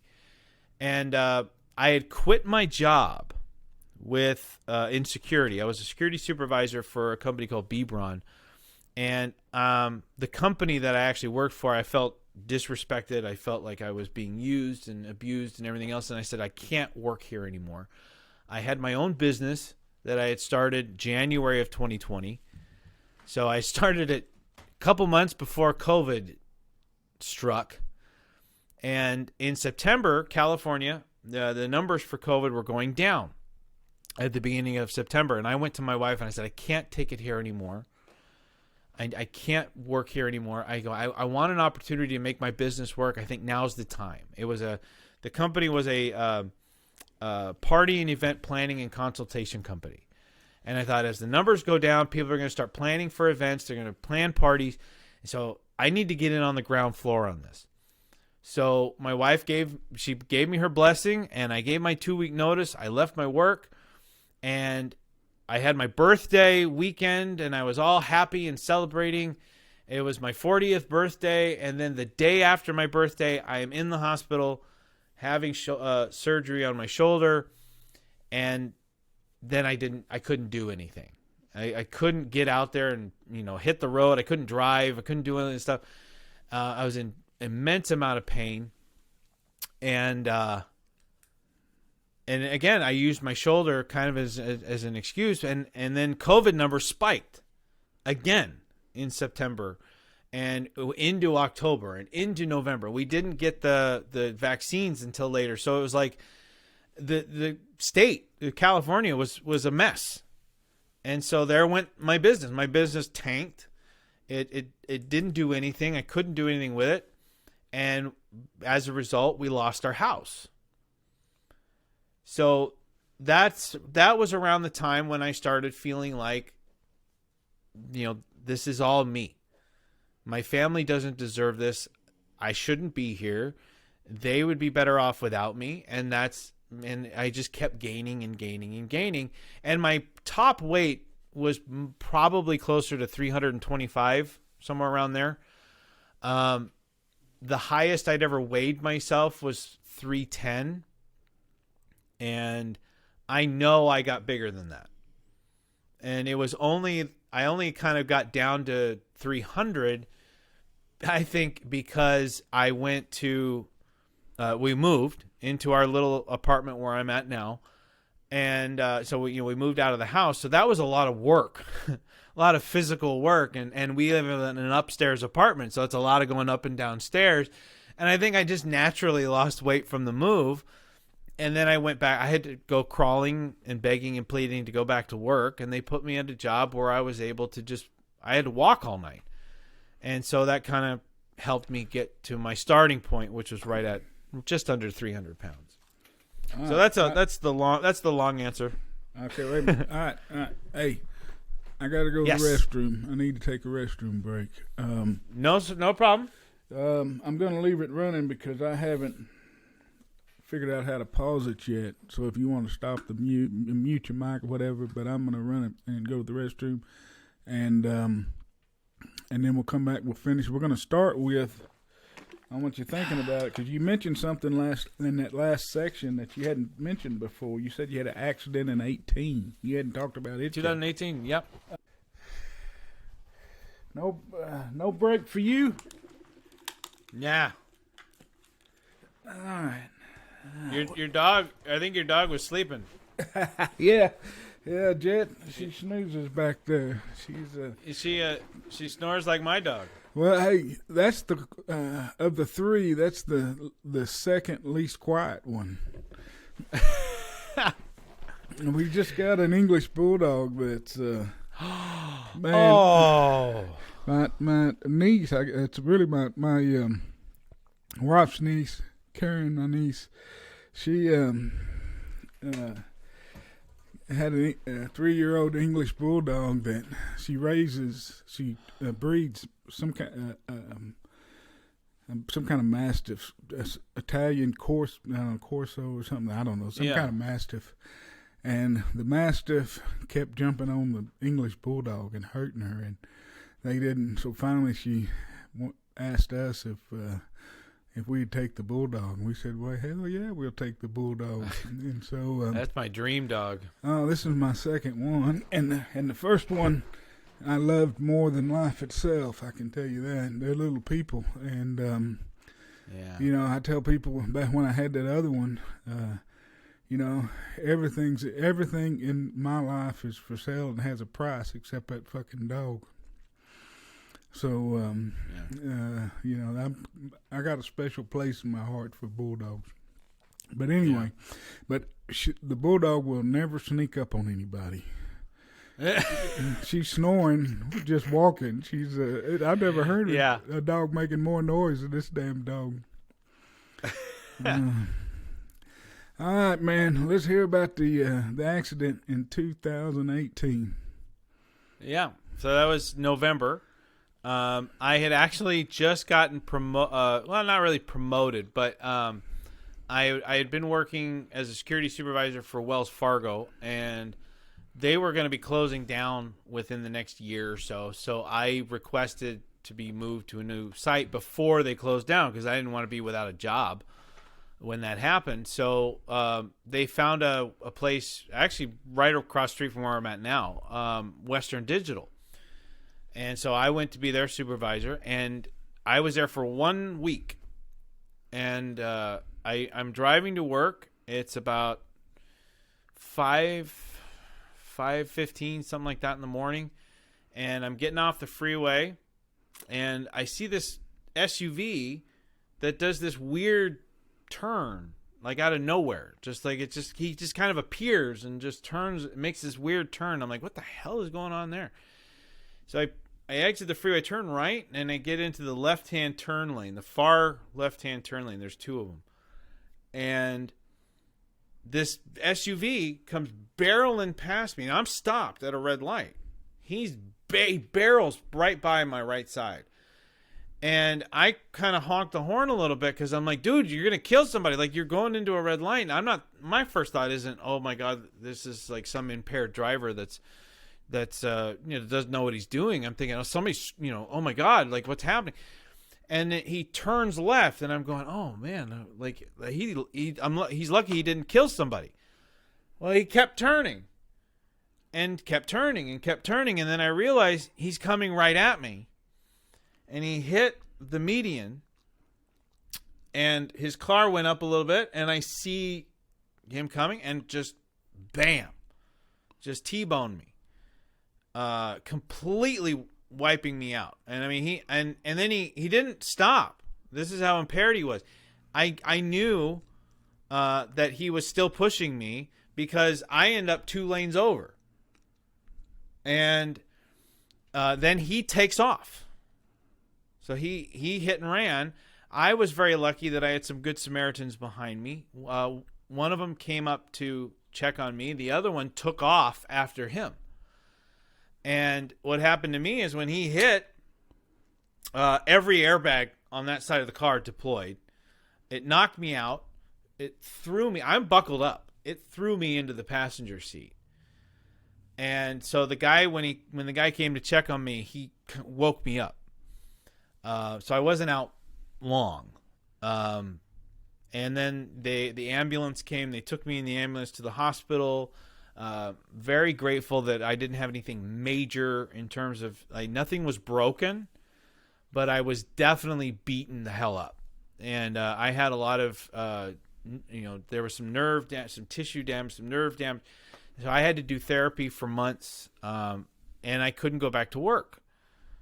I also had some PTSD from that. I saw the accident as I'm just sitting at home. I could be sitting at home watching TV, and if something caught my attention and I turned to my left, there were times when I turned to my left and I would see the car coming at me, and it would scare the living hell out of me. I had trouble getting into cars, which is tough when you have to drive to get to therapy. So my mom would come pick me up and take me to therapy. I wasn't ready to drive for a while. And even when I was, if someone passed us on the right, it gave me shivers and everything. And so that was, like I said, that was November of 2018. And so that was a rough couple of months there. And I thought, just as I thought I was going to start coming out of it, so that the end of the year, my boss calls me up and he's like, hey, you ready to go back to work? And I said, yes, I need to go back to work. We're poor. We're broke. We can't pay any of our bills. I need to go back to work. And he goes, I got a supervisor position that I want you to interview for. And that ended up being for Bebron. And I said, great. So he sends me, like, the 1st of January, I go down there and I interview for the position. And then I don't hear anything yet. But then I go back to therapy, and I'm sitting at therapy, and that's when I get the phone call that my father died. And it was like, just shoot me. Like, this is like, what else? What else you got for me, God? Because this is, I'm already struggling here. And then, so I ended up going back to work like a week after my dad passed away. So again, that kind of comes back to, I didn't have time to grieve on anything. I had life that was, kicking me in the nuts. When I just tried. When did you lose your house? We lost our house officially. We knew we weren't going to be living there anymore in November of 2020. We moved out the beginning of January 2021. So about from when did you quit to run your business? September of 2020. Okay. So from that accident in 2018, everything kind of went downhill after that. That was when the snowball really started. And so the way that I mentally tried to deal with everything that I was going through was by spoiling my family. That was the only way that I could make myself feel good about anything. So, I gave my wife the biggest, best surprise party for her 40th birthday. I hired a magician that's been on television, and I had all this catering and everything. I rented a pool table and all this stuff. My kids, I hired a Pokemon trainer to come out and do the Pokemon stuff, and my youngest son, we got a Velcro, one of those inflatable Velcro walls that's like 20 feet high, and you bounce on it and you stick to the wall.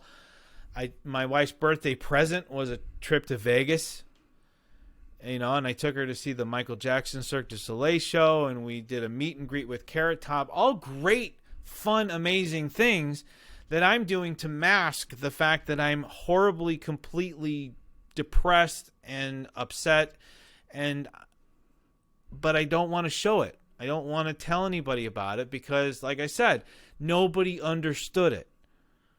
Nobody understood what I was feeling, or at least that's how I felt. I mean, maybe they did, and I'm not giving them the credit that they deserve. I didn't feel like they understood my pain. Well, yeah.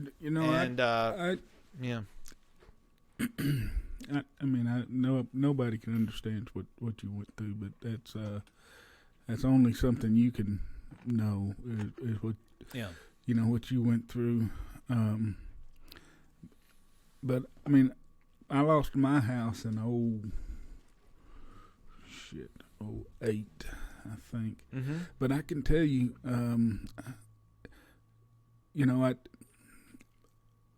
when I was growing up, my dad was real successful, made a lot of money.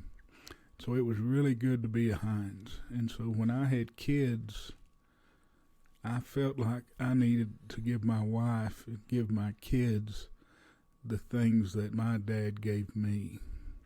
Yeah. And I didn't think I would be a father if I didn't give them, the same things I had. And and so it's it's you do everything you can to give them what you can give them. It's crazy, but now but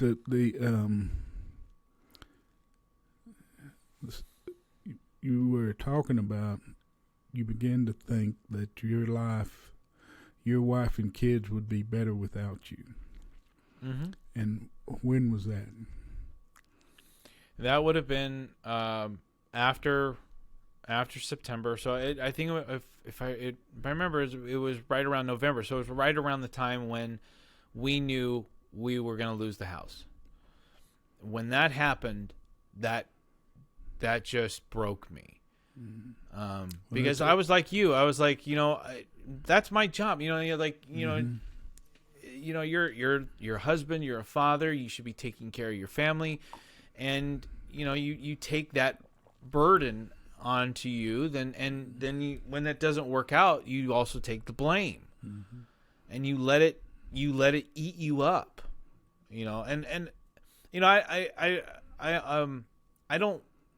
I'm glad, I like getting this out because I like people understanding that, I'm sure there's a lot of people who are in the same position where they've failed at something.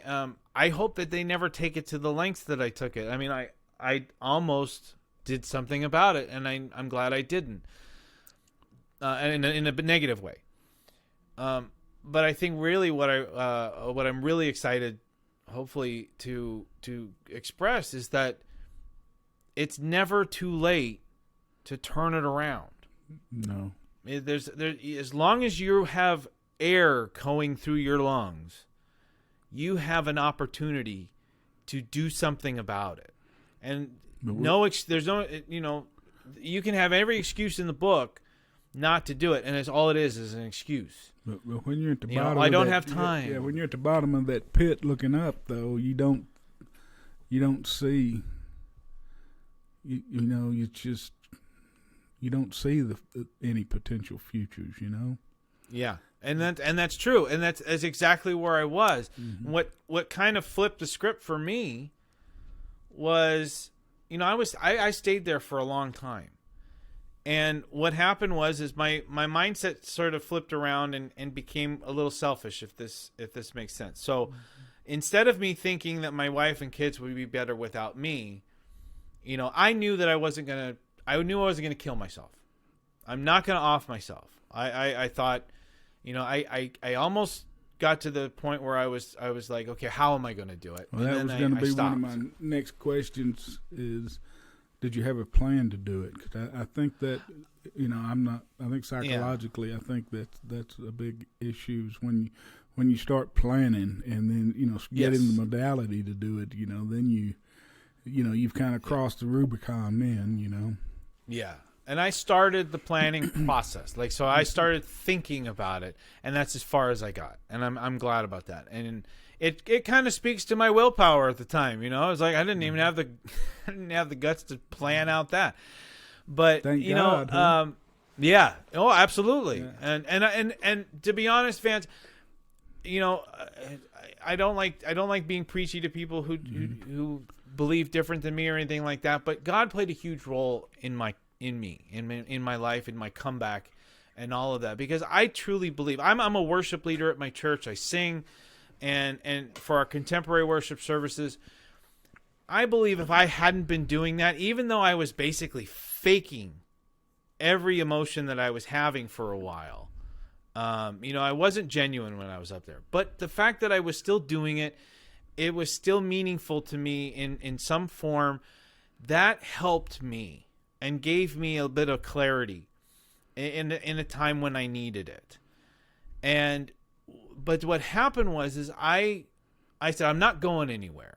All right. Because, if I leave my wife and kids, then I'm out on the street and I'm going to die out there. So that to me is no different than putting a gun to my head or slitting my wrists or something like that. So I said, I'm not going anywhere.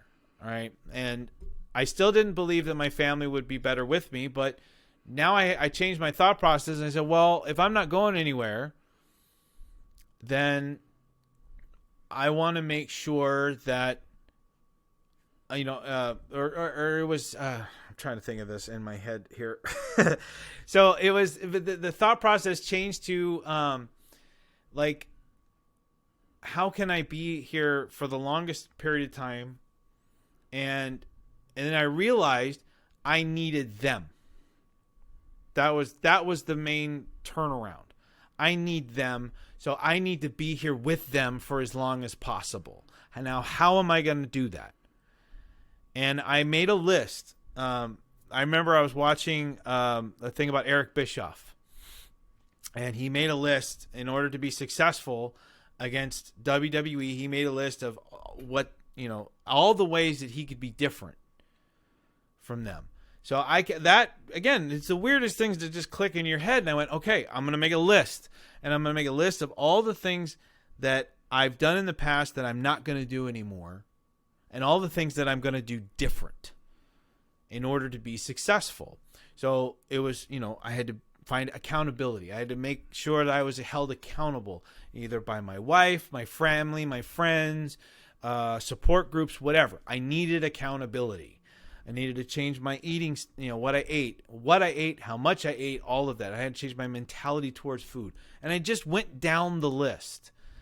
And as I'm going down that list, I see, and it's actually right over here. If I'm going to grab it really quick because it's kind of funny. The list? No, it was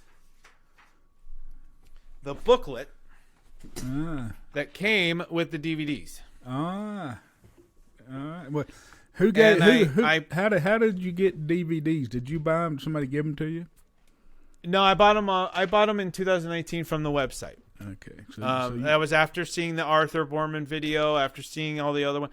So I bought the DVDs, but like I said, I quit on them right away. Well, I mean, that's a common thread. Which set did you buy? It was the 4-pack. It didn't have the extreme ones. Yeah. But it had beginner, intermediate, and advanced, but no extreme. Yeah. So I picked up this book, and I just started reading it. And I kept flipping through the pages, and I went, this isn't a workout program. This is a life-changing program. It says right on the front here. I never noticed this until I picked it up that day, that it says own your life on it. If that wasn't DDP and God coming together to speak to me, I don't know what was. It was like that, just that perfect moment, and I went, well, now I've got it. I've got the means to change my life right here. Now I have to follow the program, stay true to the program. I started walking more at work. That was really helpful. It helped with my knees a lot because my knees were shot, my hips were shot, my back was shot. And it was a struggle to get through these workouts. But man, I tell you, like it's funny how things happen to get you going in the right direction. And I sat there and I remember I was talking with my wife the other day, and we were talking about how I got started and everything, and because she's really proud of the success that I've had. And I said, one of the things, 120 pounds in 6 months. Yeah, shit, that's 20 pounds a month, 5 pounds a week, basically. Shit. Well, here's what really blew my mind when I thought about this. How many times was someone, whether it be God, whether it be my friends, my family, strangers, whatever, how many times was someone trying to tell me to own my life and I wasn't listening? I wasn't ready to hear it yet. I go, maybe that moment where DDP walked out in the Royal Rumble wearing a DDP Yoga shirt was a sign for me that you need to start getting your act together. And I didn't listen. But I'm listening now. I am paying attention to everything. And it's a whole nother world that I'm living in now. It's just amazing that the feeling you get when it flips switches, or the switch flips. I don't know which is better, but when you finally commit to saying I'm not going to quit. I'm not it's stopping is just not an option, and it's weird.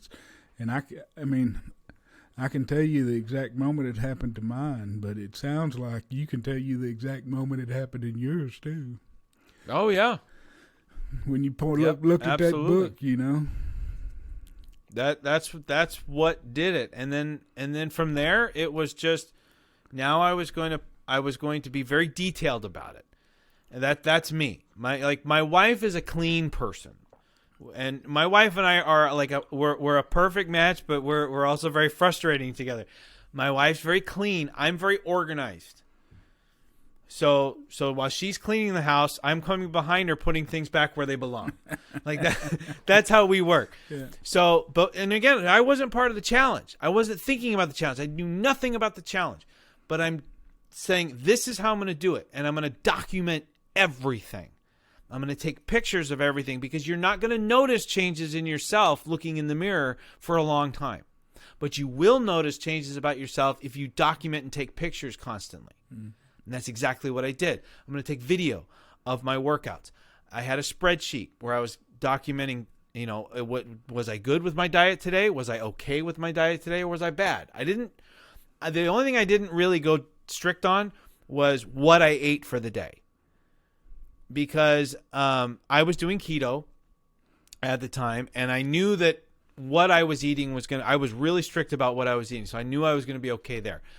But if I went off of it, if it was slightly, I would change my good status to okay. If I really cheated on it, I would write bad. And I said I have to be honest about it. Now, I didn't have a red bad mark for 6 months. For that entire 6 months, 120 pounds, I never had a bad day. I had okay days on weekends. I would always give myself a little leeway on weekends to not so much cheat on the diet, but have a little bit more. All right. I tracked all my steps, all my calories out, including resting calories. And then, and so, obviously I'm also looking at calories in. I'm looking at, what workouts. I scheduled out the entire 6 months for what my workouts were for that entire time in my spreadsheet. And then I would mark, did I do them? And then, did I do any extra workouts? So if I was only scheduled for below the belt and I added red hot core to it, then in the section where it said, do you complete your workout? I would put yes. And I would put yes, below the belt and red hot core. So I always keep track of everything. And again, I didn't have the app. I didn't know how easy it would have been if I had just had the app. But, excuse me. And then I had a big notes section at the end where I would write down anything that happened on that day. And as I went along, I added resistance training to that, and I started. And every time I thought of something, did I take pictures on this day? Yes or no? Did I take videos on this day? My wife and I did a couple of interviews where she would talk to me, and so that I could look back and remember, why am I doing this? And I could look back at that interview and look at myself and physically and mentally and see that person and go, I'm not going to be that guy again, and keep pushing forward. I set goals and rewards for myself. Every 25 pounds, I had a reward. And when I hit my goal weight, I still haven't gotten that reward yet, but that reward is coming at some point. The final one, which was hitting my goal weight, which at the time was 175, was a trip to Disneyland. I love Disneyland. I am a huge kid. I love Disneyland. And so I want to go, and I want to go to Star Wars Galaxy's Edge. That's going to take time because it's an expensive trip. How old are your kids now? But 13 and 10. All right, well, he's still into it. Yeah. My oldest son is maybe just as excited as me to go to at least the Star Wars part, at least. For Christmas, he bought gifts for everybody. He saves up his money from allowance and stuff, and he bought me a Jedi cosplay costume so that he and I could do Jedi cosplaying together. Right. So mine's a light brown, and his is like the dark. So I'm Obi-Wan, he's Anakin, essentially. So y'all are on the dark but then side. Let's see. He's on the dark side, not me. But then I also planned, I said, what I'm going to do is when I get close to my goal weight, I'm going to schedule and do a live weight loss transformation show. And which I did do. October 9th, I think it was the date. And it's still up on my YouTube. It's live weight loss transformation. And it was awesome. I went skydiving for my birthday. That was one of my things when I started seeing my weight loss. That was unbelievable. It was the most amazing thrill that I've ever had. And it was just because what it was that was what the way I viewed that was my that was me telling the world that I'm living life now. I spent so long watching everybody live their lives and doing all these amazing things. It's my fucking turn to do it. And how better to tell the world that you're going to go out and live life than jumping out of an airplane thousands of feet in the air with a dude strapped to your back. That was cool. How much was it? How much did it cost? Yeah. Well, I didn't pay for it. No, my mom and my sister got it for me. Oh, man. That was my birthday gift from them. Very cool. And then I'm surprised your mom would do that. I'm surprised. My mom did it with me. Oh, she's my a mom. She too, jumped. huh? She jumped right out after me. My mom, for her 60th birthday, did it. Oh, good for her. A few years ago.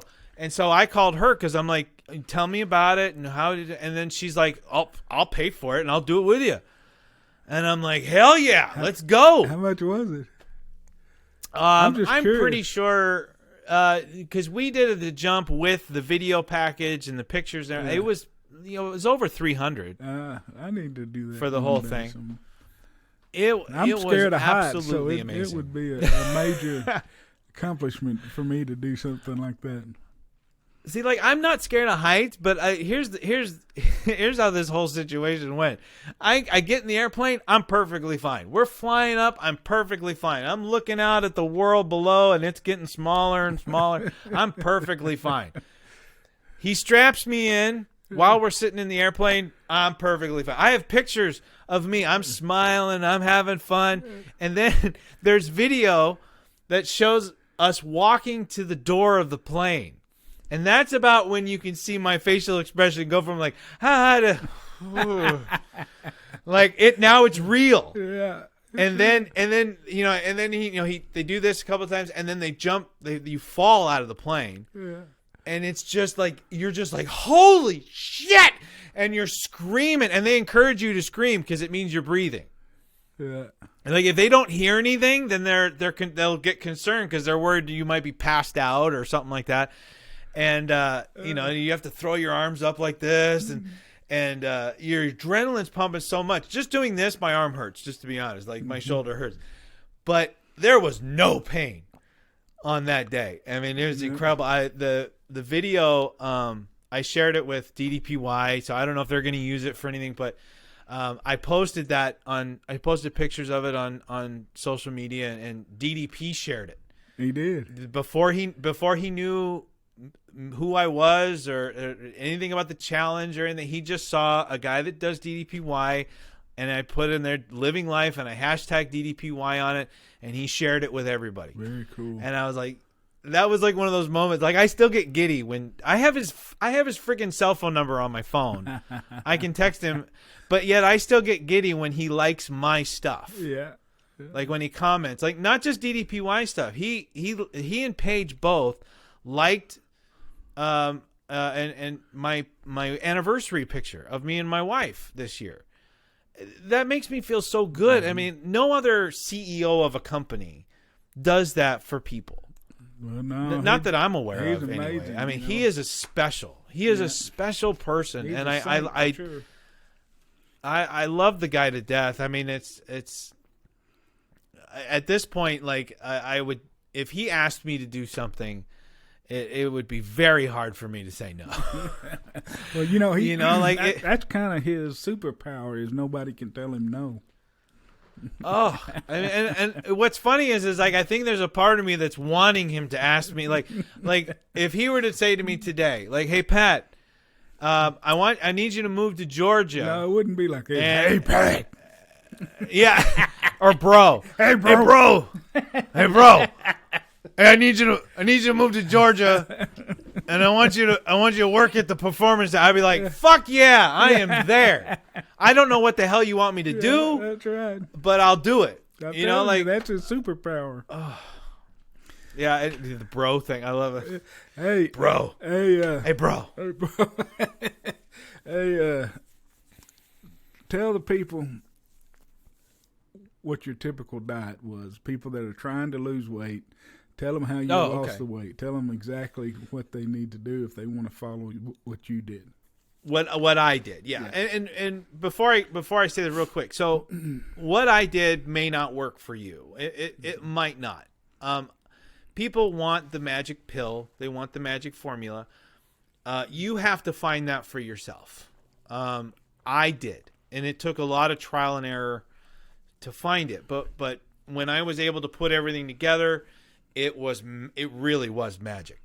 And so what I did was I started by doing keto, and I was very strict about it. Now what keto is It is a diet that puts your body into ketosis.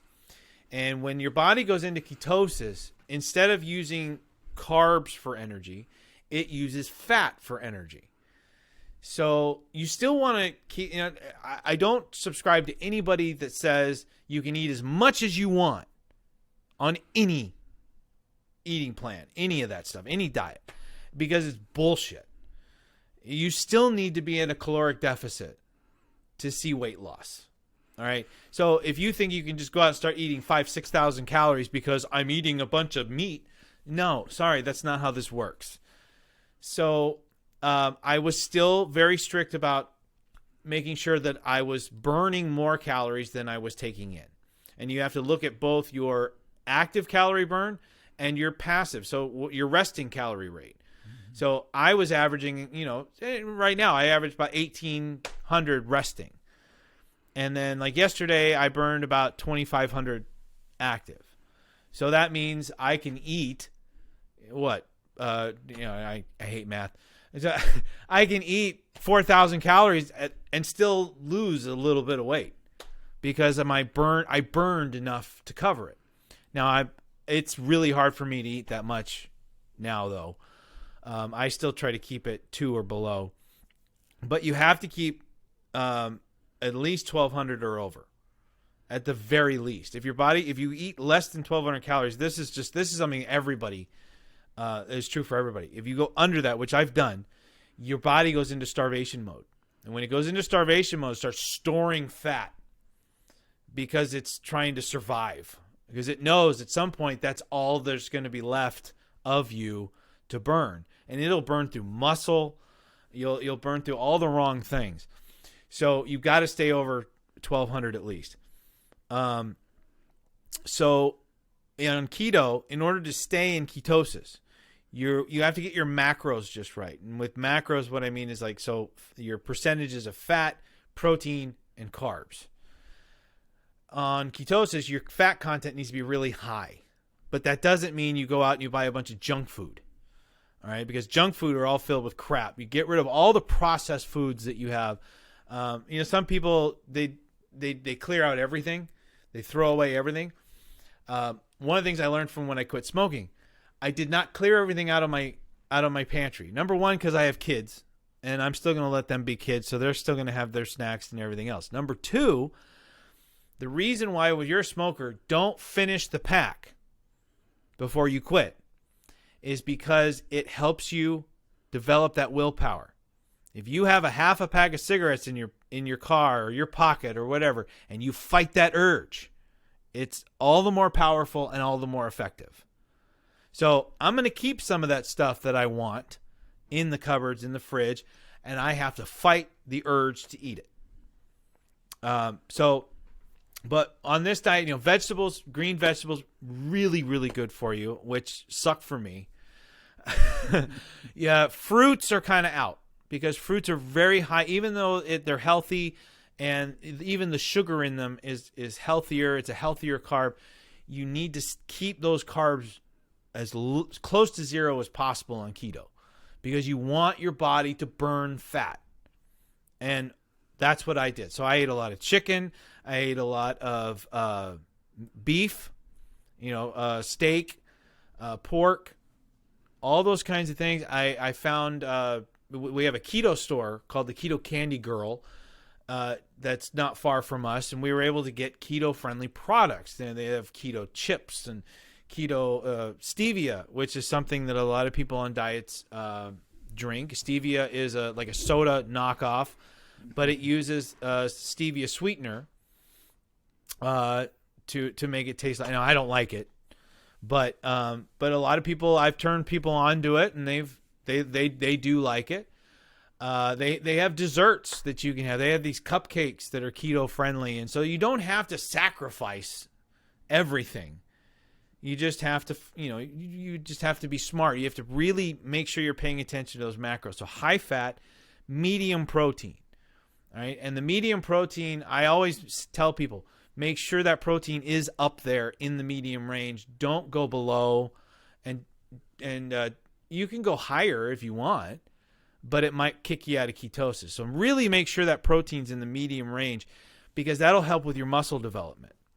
And when you're doing DDPY, whether you think it's doing it or not, you are building muscle. You're building what I like to call your foundation. Like what I was building a foundation of muscle. Like now, I'm doing the Jack program. I'm on the 90-day Jack challenge. I've added an inch to my arms, and I'm, and so protein's really important for muscle building. And you are building muscle doing DDPY, even if you're doing the energy workout, or you're doing a chair workout, or you're doing just the diamond dozen. You're building muscle because you're doing push-ups, you're doing dynamic resistance, right? Isometrics. All of that's going to help build your strength and muscle. And then your carbs need to stay as close to nothing as you can. Some people give themselves a little bit, to satiate themselves. I didn't. I was super strict about it. One of the things too, stay away from most products that say sugar-free and diet on them, because if you want that product, or you think like, let me at least see, check the ingredients. All right, check the labels, make sure all the macros are right, and then look for a product called aspartame. If you see the word aspartame on a product, put it down. I cannot stress this enough. It is in every single sugar-free and diet soda. You get Diet Pepsi because you think it's healthier than Pepsi, you're going to ruin your body, you're going to ruin your teeth. Aspartame is basically a toxic chemical, and your body treats it exactly the same as sugar. So what is the point? It's done to sell a product to someone who thinks they're being healthier. Okay, so I'm passionate about that one, because I screwed up on that. The first time I tried keto, I bought all these sugar-free drinks, and there were powders, and all of it had aspartame in it, which meant I was not seeing any success at all. So big thing for me, stay away from aspartame. But here's what I found that I could have. All right. Water. Lots and lots of water. No matter what meal plan you're on, water should be number one on your list. Number two, green tea. Green tea is very healthy. It's very good for you. It's really good for helping you with keto and ketosis. It keeps your energy levels up. It kind of acts like a caffeinated drink in a sense, which is really good. Caffeine's actually good for keto. So coffee is actually really good for keto, but I don't like coffee. So I stayed away from coffee. And then there was Bang energy drinks is where I got my caffeine from, because there's a lot of caffeine in Bang energy drinks, but there's no carbs, there's no aspartame, there's none of that. There's carbonation, obviously. So when I needed I wanted to feel like I was having like a cheat drink, but I really wasn't, Bang energy drinks were where it's at. And again, it all comes back to DDP. Bang. Like, hello. And then I discovered Ocean Spray. I love cranberry juice. So one of the things I started missing right away was juice. Cranberry juices especially. Ocean Spray makes a diet cranberry juice. They have cranberry, cran grape, cran cherry, cran raspberry, all of it in diet. I picked up the label expecting to be disappointed and see aspartame in the ingredients. It is nowhere to be found. This is legitimate diet cranberry juice, and it only has 1 gram of sugar per serving and 5 calories per serving. So that was the only time I ever took sugar in or had calories through something that I was drinking. And I was perfectly happy with that. It didn't screw up my macros, and it wasn't going to take me over in my calories for sure. And one of my big things is I love to take, at the end of the day, I take a cup of cranberry juice and I put it in my freezer and I make it into a slushy. And then I sit there and I slushy it. I love it. I absolutely love it. And so I did that for 16 weeks. Tract infections, I guarantee. No, I will not, sir. And I never have. I've always wondered. If that's why, because I've always loved cranberry juice. I've always wondered if that's why I've never had one. With all the problems I have had, I never had that. But so I did keto for 16 weeks because keto, for me, I knew that keto was not going to be something that was sustainable for the rest of my life. I don't want to be in ketosis for the rest of my life. Otherwise, I'm going to waste away to nothing. And then eventually, because you don't want to be completely devoid of fat. You don't want to be 0% fat. That would suck. And if I were to get that way, then my body's just going to eat everything else: skin, muscle, tendons, bones, everything. And so it was not sustainable for me. So after 16 weeks, I started making the transition. I still wanted to keep my carbs down, but I swapped the proteins and the fat to start off with. Okay, so, all right, okay. Now wait a minute. Let me stop you at the. Okay. You had said when you were doing ketosis. Yes. This thing makes a lot of noise. I'm sorry, but no problem. High fat, medium protein. So tell me what percentage is, or what did you shoot for? Try to get the medium protein. Okay, so essentially what I'm looking at, and if I'm looking at percentaging out this, I'm looking at least 60 to 70% of what I'm eating. That should be fat. Okay, so if you get a steak, some people cut the fat off the steak. Leave that on if you're on keto. There's nothing wrong with that fat on there. You can have mayo. You can put mayo on everything if you want on keto. That's not bad. I mean, now it would be for me, but back then it was perfectly fine. So you're looking at about 60 to 70% in terms of fat content, and then you're going to be looking at about 20 to 28% protein, and then the last 1% is carbs. Okay. So like chicken. So for example, if you're going to have chicken is a really good lean protein. So chicken alone is not going to be good for keto. So you have to add things to it to get the fat content up. And that's where special stores like Keto Candy Girl and stuff like that, those help you out, because then you're able to supplement the higher protein stuff. So, but fish is really good for keto. And not only because there is a lot of fat content in fish, but it's very healthy fat. Salmon. I still eat a lot of salmon today. Salmon is a great, to me, salmon's like a superfood. It's got really healthy fat. It does have a lot of protein in it. And I eat salmon probably 3 times a week now, again, because I'm trying to build and develop the muscle. But yeah, that's about where you want to be. But beef tends to be really good for keto, like meatballs and stuff. Pork is actually not as good for keto as you might think. I was really shocked. We went to the store. My wife used to look at the percentages on the labels and then bring stuff home thinking it was keto friendly. And I said, you realize that's not what that means, right? The percentages on there is the percentage of your daily recommended value based on a 2,000 calorie diet. So if it says 60% fat on there, that's 60% of your daily recommended value. It doesn't mean that's the percentage of fat in the product. Yeah. Like that was a tough thing to get my wife to understand on there, because she would see a high fat percentage and then she'd see a medium protein percentage, but the protein was actually much higher than the fat content, because they don't recommend you eat a lot of fat. Yeah, obviously. So, but yeah, that's about where that's what the macros would be on ketosis, and so I would recommend if you're gonna try it, they sell these ketosis strips, and you pee on it, and then it'll give you a color, and it'll tell you if you're in ketosis and what level of ketosis you're in. And I highly recommend getting those, because if you don't have that, then you're not sure. You'll see the scale drop, and that'll tell you for sure if you're on there. You'll see your weight drop.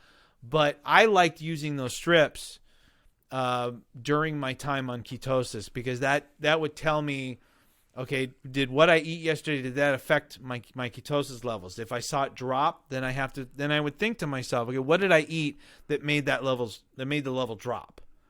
And I would adjust and make changes. So again, but that's me. You know, I'm a bit more, again, detail oriented, more organized in that way. So, you know, some people just kind of throw caution to the wind. So 16 weeks at keto, in keto, how much did you lose in 16 weeks? Oh gosh, I'm trying to remember. I had to have been at least 75 pounds. Yeah, because you lost. I would think you would lose most of it in that first run because that's right. Okay, so 4, 8, 12 says that's 4 months in. So it probably was, I would say it was somewhere between 75 and 85 pounds. Because that was, I do remember 75 was where I had earmarked as the amount of weight that I was going to lose when I was going to transition off of it. I did not think I was going to hit that weight that fast. Mm-hmm. So again, like a lot of people thought that I was doing this because I was trying to lose weight quickly. I really wasn't. Again, I found my magic formula. I found what worked best for me, and it took a lot of hard work, and dedication to make that happen. I was not expecting that, so I was planning on being on keto for maybe 8 to 9 months. So to be off of it in 4 was pretty cool. What did you transition to? I just basically swapped the proteins and the fats. I went into a high protein mode, medium to low fat, depending on the fat source. Okay, so again, if it was a healthy fat, like if it was fish, I could easily go into the mediums and be perfectly happy. But I cut out stuff like mayo and condiments that had fat in it, all that kind of stuff. I cut out beef. I'll have a steak from time to time. Like if my wife makes steak for the family, I'll have steak. It's not like I'll turn my nose up at it and say, no, get that away. But it became more about chicken and fish. Those became my staples. And I got really, because I make my meals now, I got really good at seasoning. So that became key because my wife was like, how can you eat chicken so much? And I said, because every chicken I make tastes different. Yeah. It's about seasoning it. And again, I love hot sauce. I have right now 7 different hot sauces in our kitchen that I use. And it's, a different one every day. I have a whole thing full of seasoning in there. My wife is still in shock. What's your favorite hot sauce? I have it's an organic hot sauce. I don't know the name of it. The Red Hot makes an extra hot sauce that's really good, but there's this organic chipotle sauce that we have. It has just enough heat to where I'm like, okay, but it's really tasty. And I hate when hot sauces sacrifice heat for taste, or they sacrifice taste for heat. I like when there's a combination, and that organic one that I have is so good. You don't remember? I ran out of it. No, you know what? It's right here.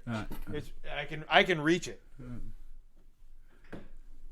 Okay, this is it right here. It is Arizona Peppers Organic Harvest Foods gluten-free organic chipotle habanero pepper sauce. A hell of a name, but it sounds good. It is, yeah. And my wife got it at Ralph's, or I guess other parts of the country it would be Kroger. Yeah. It's Ralph's it is Kroger, so good. The same store? Yeah, like Kroger, like Ralph's is corporate. Yeah. Like I guess is the best way to put it. And Kroger is like their brand. I didn't know that. And so there's certain, so I think at one point they were 2 separate entities. Mm-hmm. And I think Ralph's might have, or one of the two absorbed the other, but they didn't change the name for either one. So like here in the West Coast, it's Ralph's. But I know like in other parts of the country, it's Kroger. It's Kroger here. It's funny. And it's like that for a lot of stores. Walgreens, is it Walgreens? I forget what I went to Chicago, and the drugstore out there was a store we didn't have here. And it was actually a knockoff. It was like the store brand of what we have here. I got you. So it was the same kind of. It was really weird. But yeah, this is my favorite. Absolutely 100%. And I don't need a lot of it. Who makes it? You said. Now I'll have to look for it. Well, it says Arizona Peppers, so I'm guessing that's the company. Arizona Peppers. I don't think I've ever seen well, you know what? It looks like Organic Harvest Foods would be the actual company. So here, if you guys are interested, let me give you the website. It's www.azgunslinger.com. Arizona Gunslinger. So, Arizona Gunslinger, yeah. So www.azgunslinger.com. That's the website for the company that makes Very this. cool. It is delicious, and it has some spice to it. It's not overly hot, but it's got spice to it. And I like to, I'll add a little dry seasoning to it, to what I'm doing, and to give it a nice little crust there. And then I add this to it, but I add it to it before I cook it, so that it soaks into whatever it is that I'm cooking. It's really just, I love cooking now. So are you still doing the no carb? Not at the moment. I still keep them low. All right, but I'm not strict with the low to no carb thing. I try to keep them down. Right now, it's like I said, I'm doing that 90-day Jack challenge. Mm-hmm. So the first 45 days, which are actually almost up. I think next week I'll hit 45 days. This has been all about gains. So I know I don't weigh myself anymore. I look in the mirror, I take pictures, I judge based on how my clothes fit, how I feel I look. All right. I know I've put on weight, but I'm good with that because that's what my goal was. All right. My arms, dude, check this out. I have a bicep. You got some guns. Yeah. So, you're supposed to say the bathroom is over there. It's over there. That way. Yeah. I can't do that. I can't do that very well. But in order to build muscle, you have to, if you're really trying to put on a lot of muscle, you've got to eat more. You've got to eat, you can't be at a caloric deficit when you're trying to build. All right. So for the first 45 days, I'm actually trying to eat like right at what I need, or just, I'm okay if it's slightly over. All right. I'm not going to punish myself for it because I'm doing everything for a purpose. Yeah, I've always heard protein. You eat a lot of protein if you want to build muscle. Yep.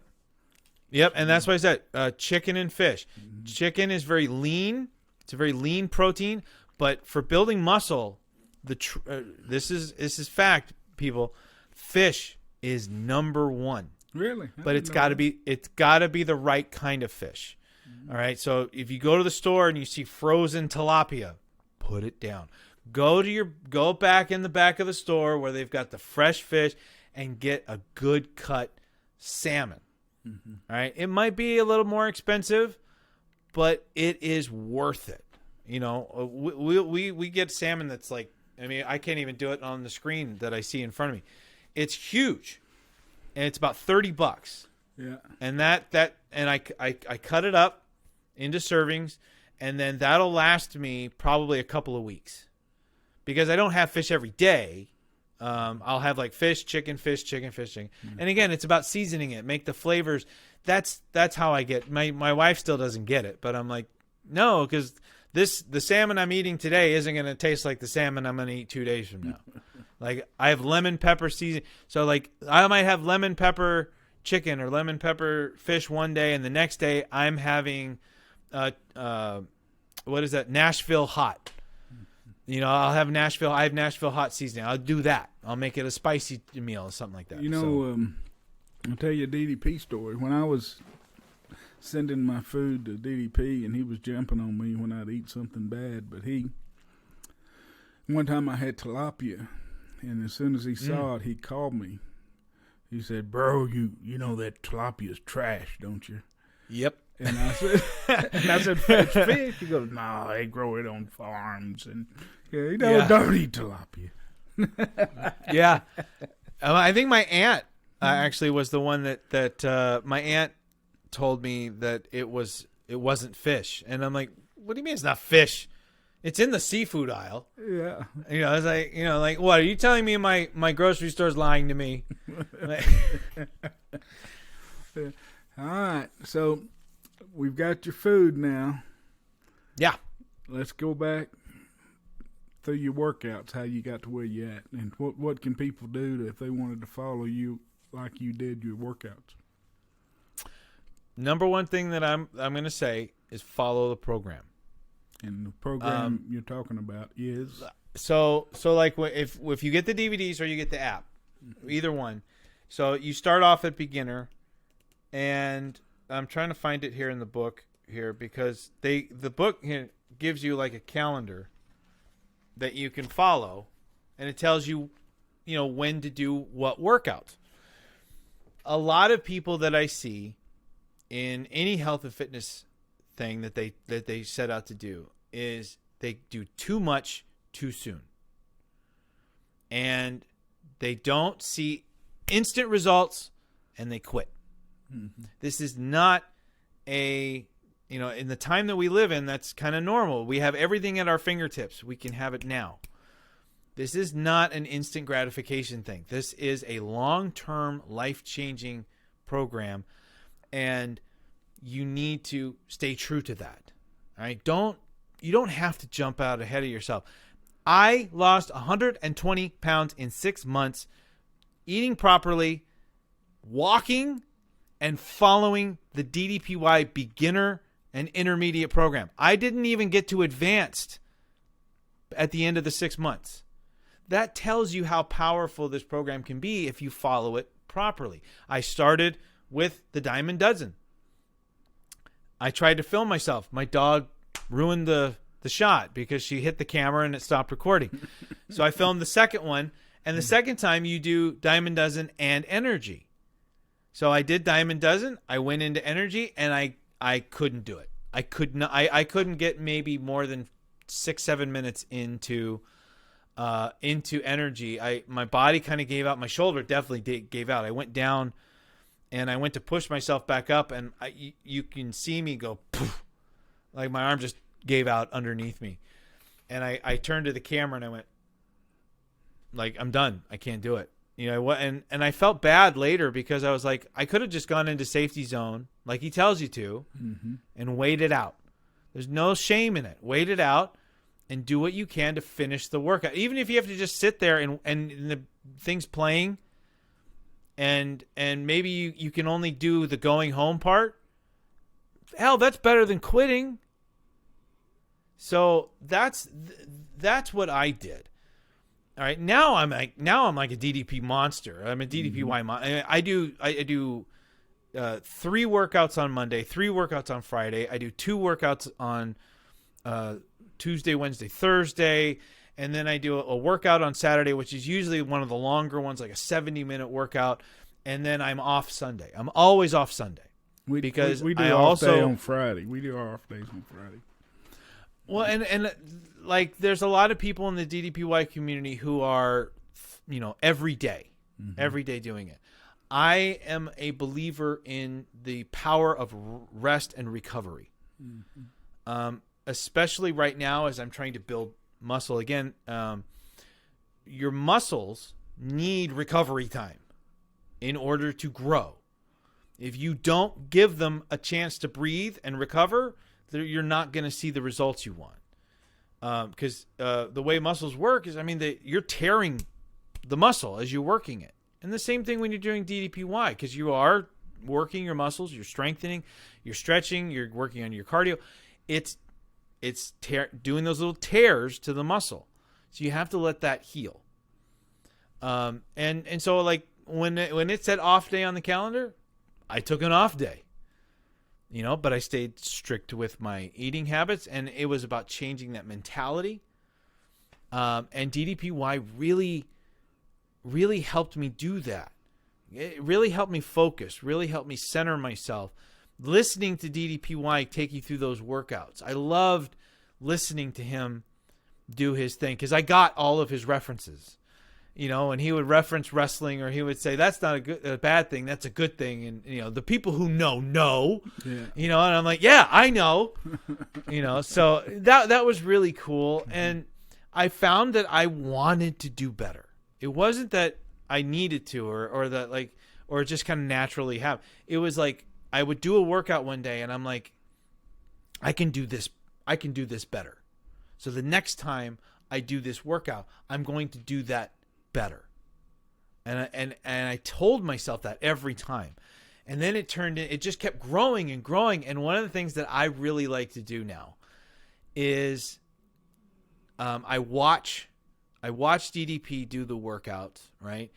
And if you want to get better, try to emulate the people that you see doing it at the highest level. Well, so as I was going, a 12-step deal, if somebody has something you want, then go and do what they did. Yeah, and so what I did was I would look up.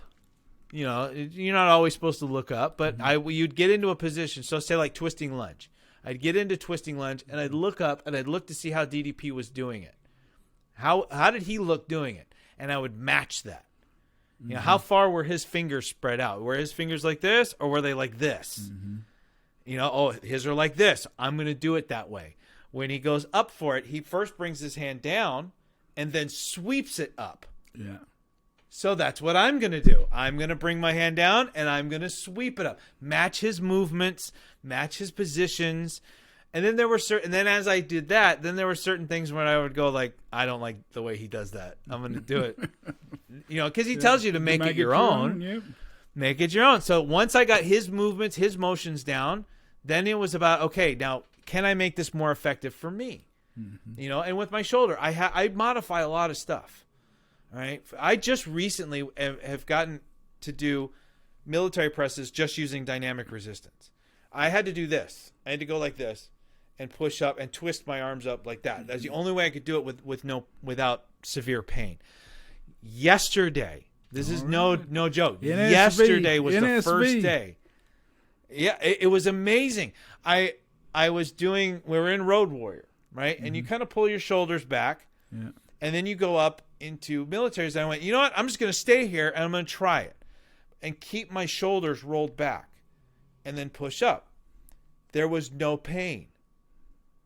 And I'm like, okay, 3, 2, 1, no pain. What the fuck? 3, 2, and I did it. It worked. And I was like, I was so excited when it happened because I hadn't done a military press like that since December when I was working out at the Performance Center with Dallas and the Champions. Yeah. And that was just because of pure adrenaline. Yeah. I felt no pain during that workout. But those are the kind of things that for me really keep you pushing forward, not just the results. Because eventually you're going to get to a point where the results you're looking for, hopefully you achieve them. And then you got to make new goals. And you got to set new goals, new rewards, new things. My 2022 rewards are off the chart, or goals are off the chart. People are like, you're crazy. I have, by June, I want to have a talent agent. It's like, people are like, why? I was like, well, because I'm a singer, I'm an entertainer, I do voiceovers, I like to act. I want to do that. All right. By the end of the year, I want my first paid gig. And they're like, you want to do all that in a year? I'm like, yep. I go, look what I did last year. Yeah. That's right. That's my answer to everything. I want to become an instructor this year. I want to be certified to be a DDPY instructor level 1 this year.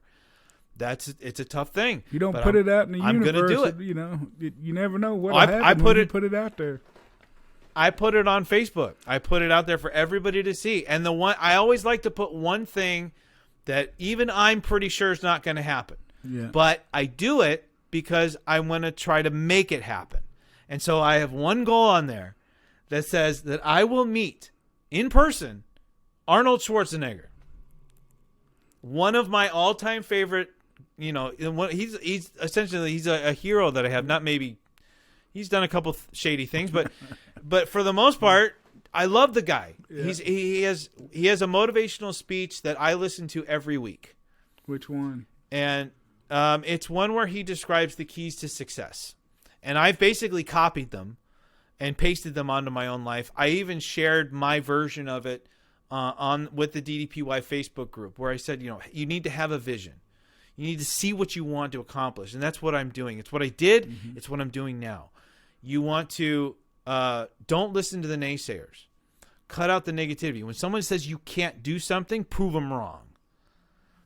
You want to work your ass off. Mm-hmm. I've told people, when people say, how did you achieve what you did last year? How did you do that? Nobody worked harder than I did. That's how I did it.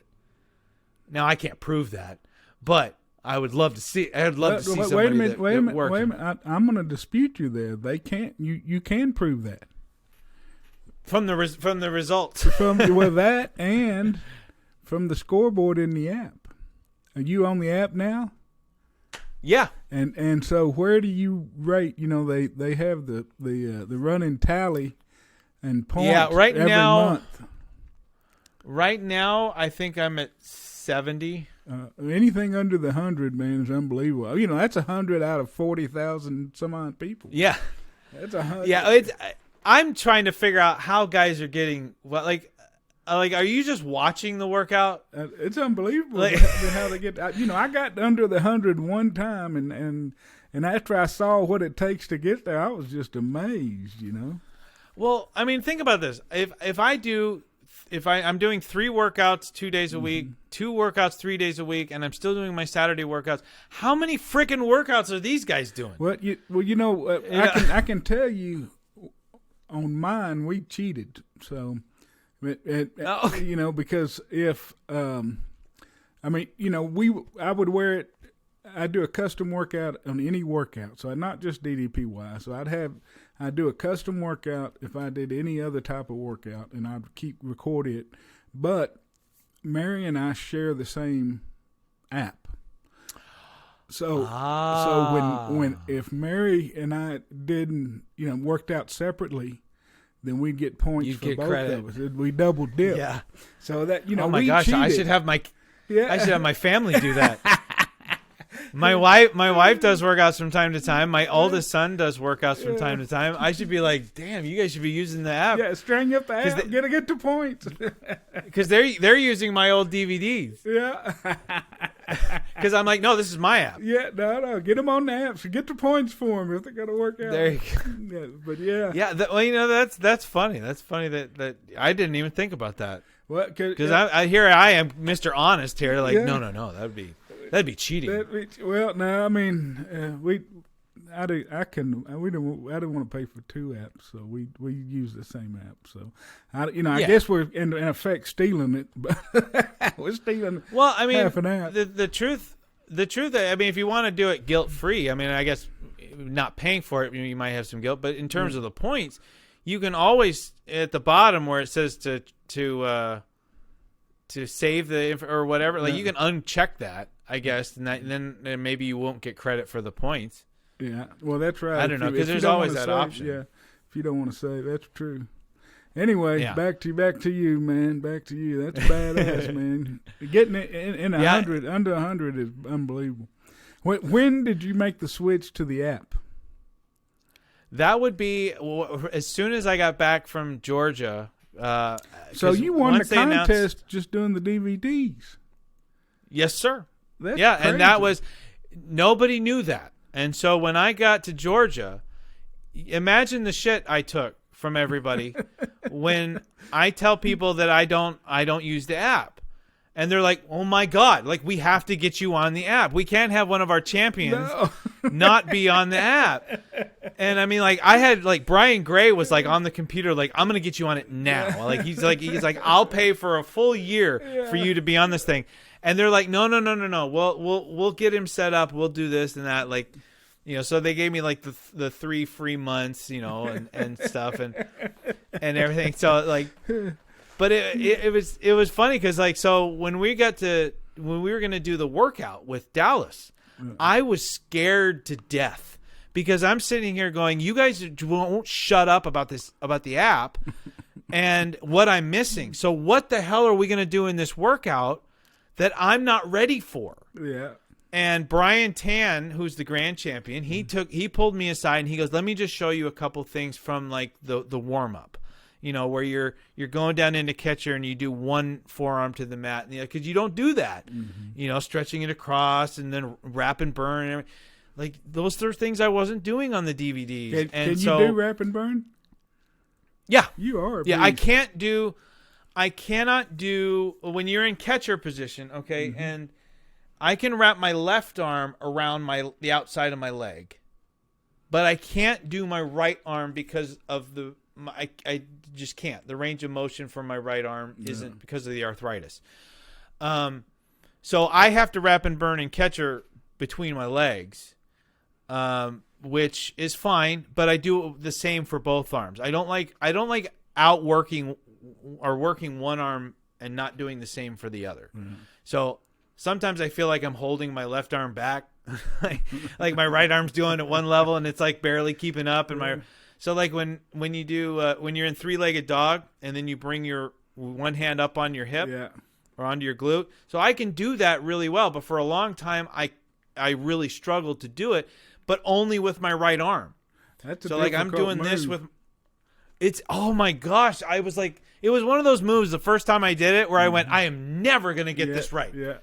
How am I supposed to balance on my right arm and right leg on the same side? I can see opposite, but not the same side. And now it's like I love doing that move. That's a tough move. That's a difficult. Hey man, I'm gonna have to call another bathroom break. I've been drinking everything over here, tea and water and everything.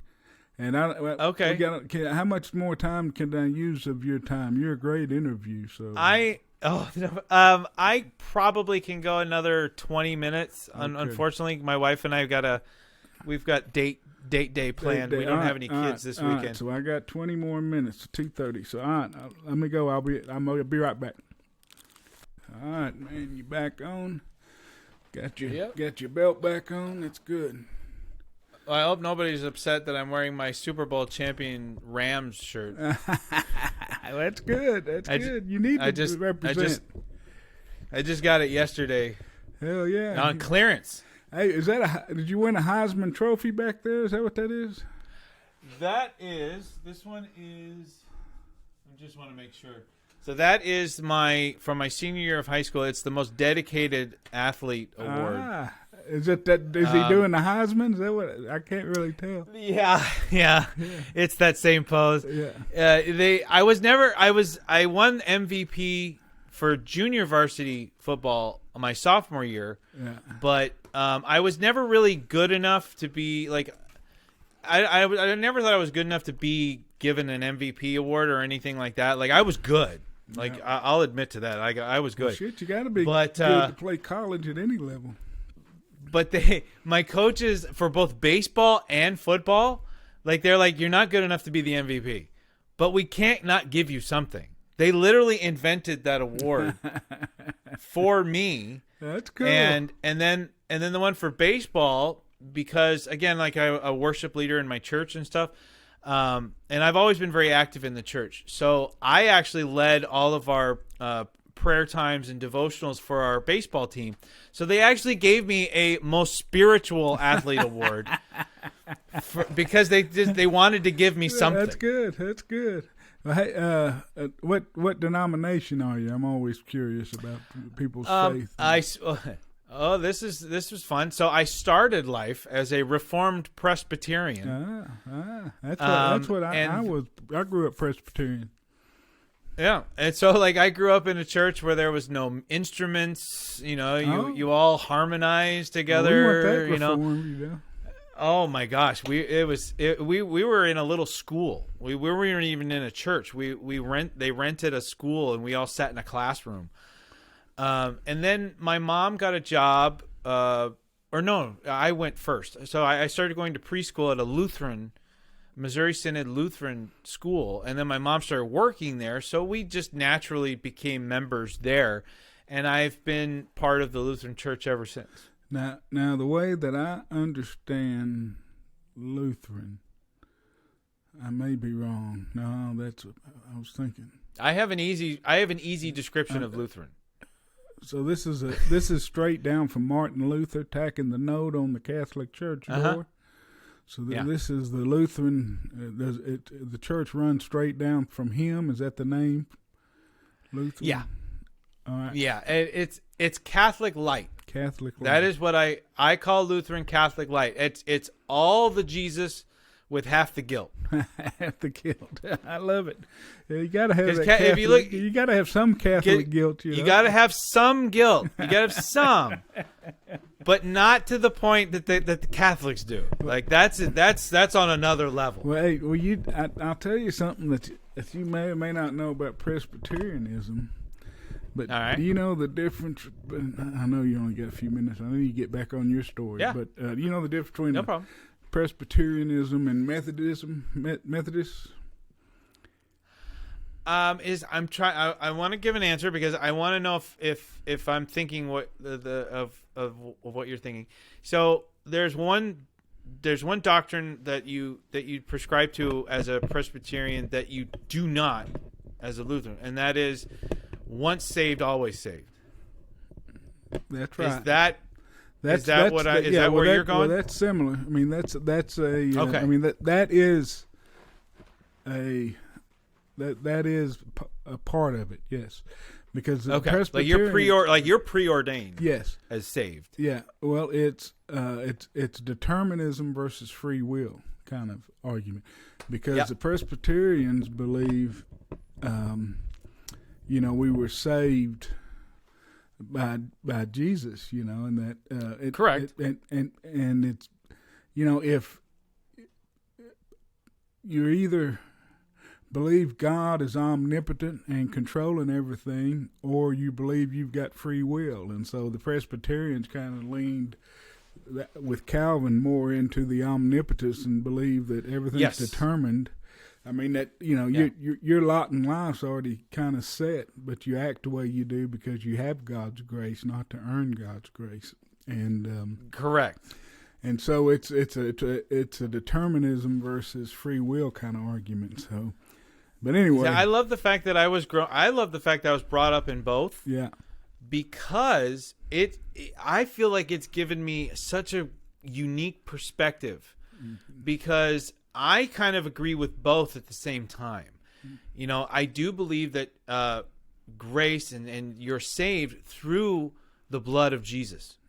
You're not saved by anything you do, right? Yeah. There's nothing you can do to earn salvation. But here's the interesting part to me, where I do think that God knows what's going to happen. So there's it's like He knows what you're going to do before you do, but it doesn't mean He doesn't give you the ability to choose to make a decision. That's been the fight for 2,000 years. I mean, and I think. And the reason why I think that is because the word of love. The word love is where I tend to skew more towards, not more towards, but why I'm able to mix in the idea that we have the ability to make decisions. He knows the decision we're going to make. It doesn't take away. He made you to make that decision. Yes, but it doesn't take away from you making that decision. And because if you create something that's made to love you, right? If you create something that is, let's change the word from made to forced. Again, you are forced to love me. I made you that way. So I made you to love me. Now make something who has the choice to love you and chooses to love you. Which one is the more powerful love of the two? And that's where I kind of I would see God as being someone who would want you to see God for what He is and who He is, and choose to love Him, even though He knows you're going to make that decision. It's such a weird thing. Like, I can't wait to die. I honestly cannot wait to die. I have so many goddamn questions. So many questions. You know, I mean, I am going to spend God's going to get so sick of me because he's going to be like, you don't have to take all of eternity to ask me this stuff. That's right. You know, you know, I've had a lot of very interesting conversations with people of all religions, all types. In order for me to get my first tattoo, my mom said, I will pay for your first tattoo if you can convince our pastor that it's okay biblically to get a tattoo. I pulled it off. I used scripture to make tattooing okay, as long as the tattoo wasn't something evil or bad or something like that. So I did it. Christian tattoo? Yeah. Was it Old Testament or New Testament? It was neither. It was a horrible looking cougar coming out of my arm because the Concordia River Forest. Oh, the argument. Yeah. It was a mix because being Lutheran, being Christian, you can't you have to have a mixture of Old Testament, which is the law, and the New Testament, which is gospel. Yeah. If you can combine the two and mix them together, you have a recipe for success. All right, man. I got you off sidetracked here, but I'm always interested in people's spirituality and faith. Oh, me too. I had a whole conversation with Paige McMahon in Georgia about it because I've heard Diamond talk about God, and I just I like having those conversations. I'm not there. I will give you my thoughts. I'll give you what I believe, what I think, but I'm not going to force you into anything. I'm not going to sit there and then, okay, now that you've told me your opinion, let's sit down and let's convert each other. No, I'm not. I like just having conversations because I think that's where you see, that's what's missing in the world. All the racial tensions, all the political tensions, it's all this bullshit that could all be solved if people would shut up when the other person's talking and then have a normal conversation. Just quit trying to talk over each other. Quit yelling and screaming at each other. Just talk. Yeah. It's okay to disagree with me. If you don't agree with something I have to say, I'm not going to be mad about it because you have every right to have your own opinion on shit. Yeah. It's just, that's just my thing. That's my big thing right now. I just see this world. It's one of the reasons why, again, I like the DDPY community. It's so supportive. It's not a bunch of bullshit and people, just pissing on each other like most social media is. It's real people, and they're having. Oh, go ahead. I meant I cut you off. They're having. I didn't mean to cut you off. Oh no, that's okay. I was kind of up on my high horse anyway. No, but I've asked everybody this question because it was so important to me, and it kind of feeds. Yours was kind of a segue into it. But how has social media been a part or affected your journey? Well, before my journey started, I was about ready to quit it. I was giving up on it. It was just all the crap, all the people, just all the negativity. And all it does is feed into your psyche, and it's just it makes you negative. Because all you want to do is complain about everything that you see online. It's like, what does that do? That doesn't help. I had a couple moments where I was trying to get people to say positive things and do positive things. Like, hey, instead of posting a political meme today, why don't we go back in time? Let's do something different that we used to do back in the day. Let's post what we're eating for lunch. It's something simple like that. I'd rather go back to those god-awful, annoying days of people posting food than the stuff that we got today. I mean, it's all bashing and insulting, and I don't care what side of the political spectrum you're on. We're missing respect and all that stuff. And so it was really damaging for me, and I almost quit on it. But the social media side of it, once you get into the DDPY family, you see social media as it's meant to be. I really believe that, and that's not me pitching DDPY. That is, I'm when I say something, I mean it. That's the honest to God truth. That is social media as it was always designed and meant to be. People talking about what they did wrong. People they're comfortable enough to say, I screwed up on this today. I cheated on my diet. I didn't get my workout in today. And you know what happens? Nobody gets on there and bashes these people for it. Nobody puts them down. Everyone gets around them and they lift them up. Even if it's just liking the post or putting that little care part of the post there.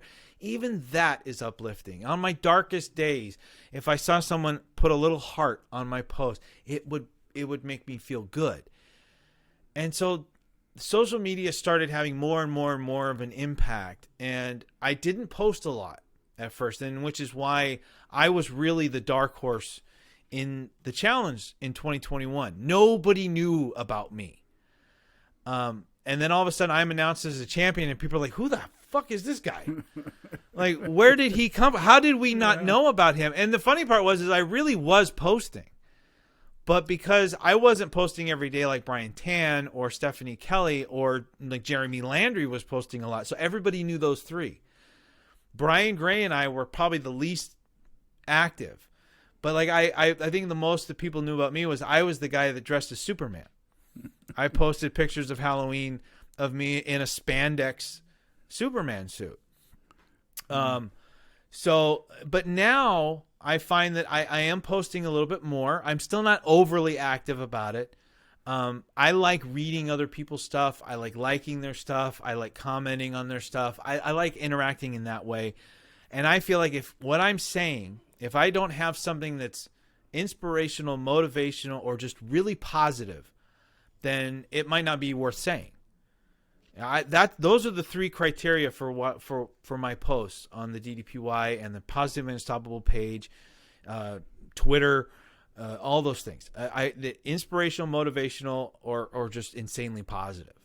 So the last couple of days were probably my two best posts, and they're probably the two of the least liked posts because it's just words. Mm-hmm. When I post a before and after, I'll get 300 likes on it, and that's great. That's awesome.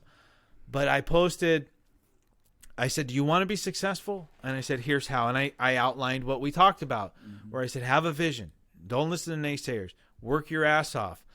And then I posted the next day and I said, all right, you've attained success. Now what? And now I give an outline of how do you react to success? And I say, you got to be thankful. And this is very important. I think if we're, as we're coming to the end of our talk today, I think this is really good. Be thankful. I am thankful to Arthur Borman. I'm thankful to you. Okay, you're so inspirational. One of my favorite pictures from when we were in Georgia is you standing next to Maria. You have a huge smile on your face, and she is crying. She's so happy to see you. It's a powerful picture. Yeah, I didn't know it really is. It really speaks to it. Make me cry. Yeah, I cried a lot. I'm a very emotional person. I'm thankful to Dallas for not only creating DDPY, but for who he is as a person. For doing what he does to help save lives, help people own their lives. I'm thankful to the people involved in DDPY. So being thankful is number one. And I'm thankful to God.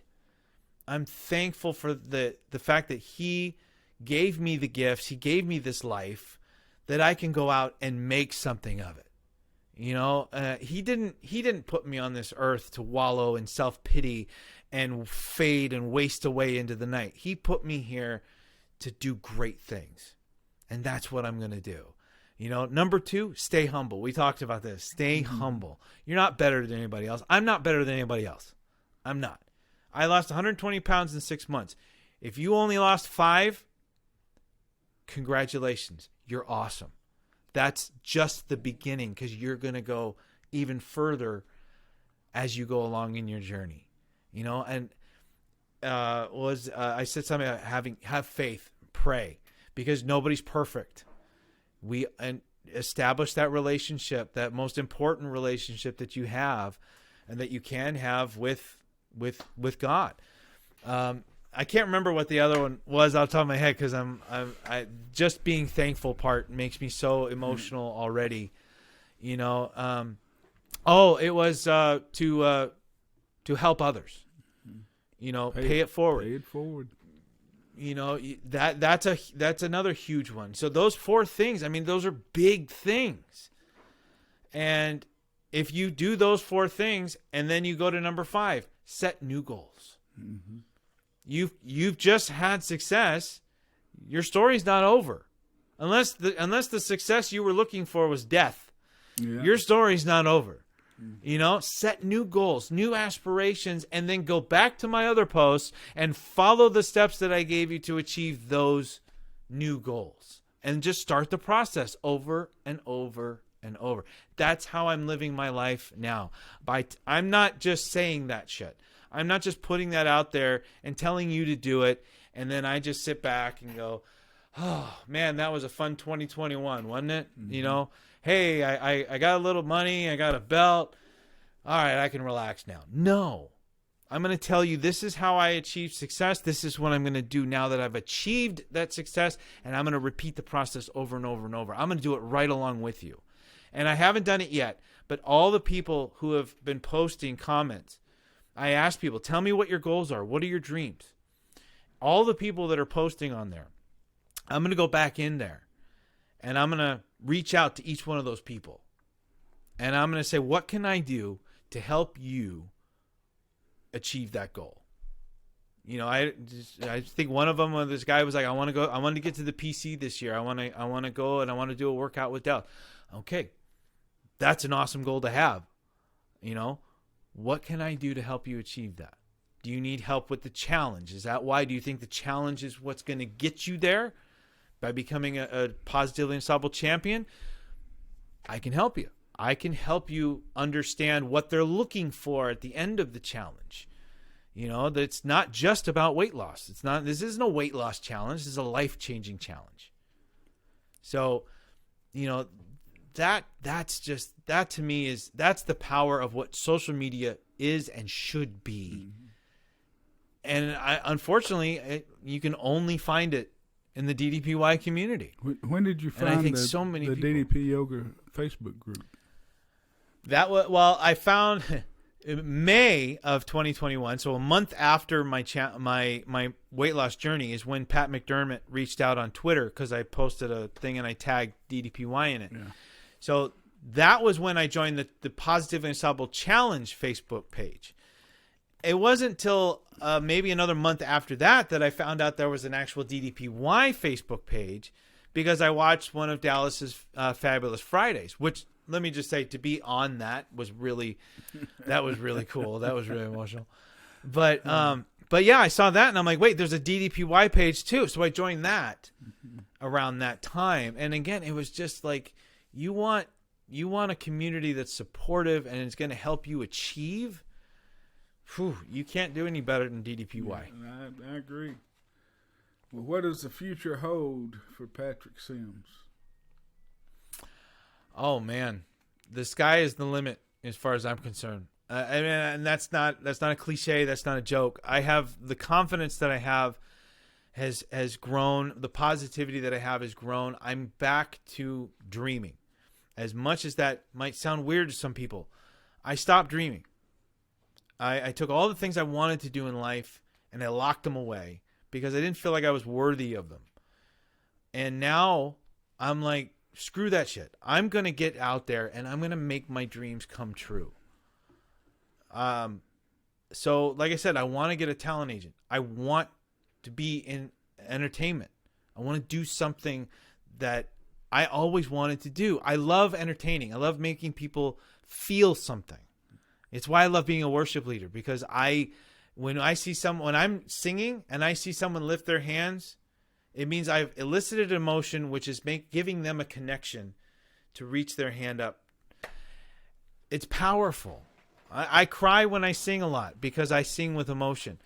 And that's cool. You know, I want to do that. I want to get there. I want to be a certified instructor at every level that they come up with, because I want to give back to the DDPY community.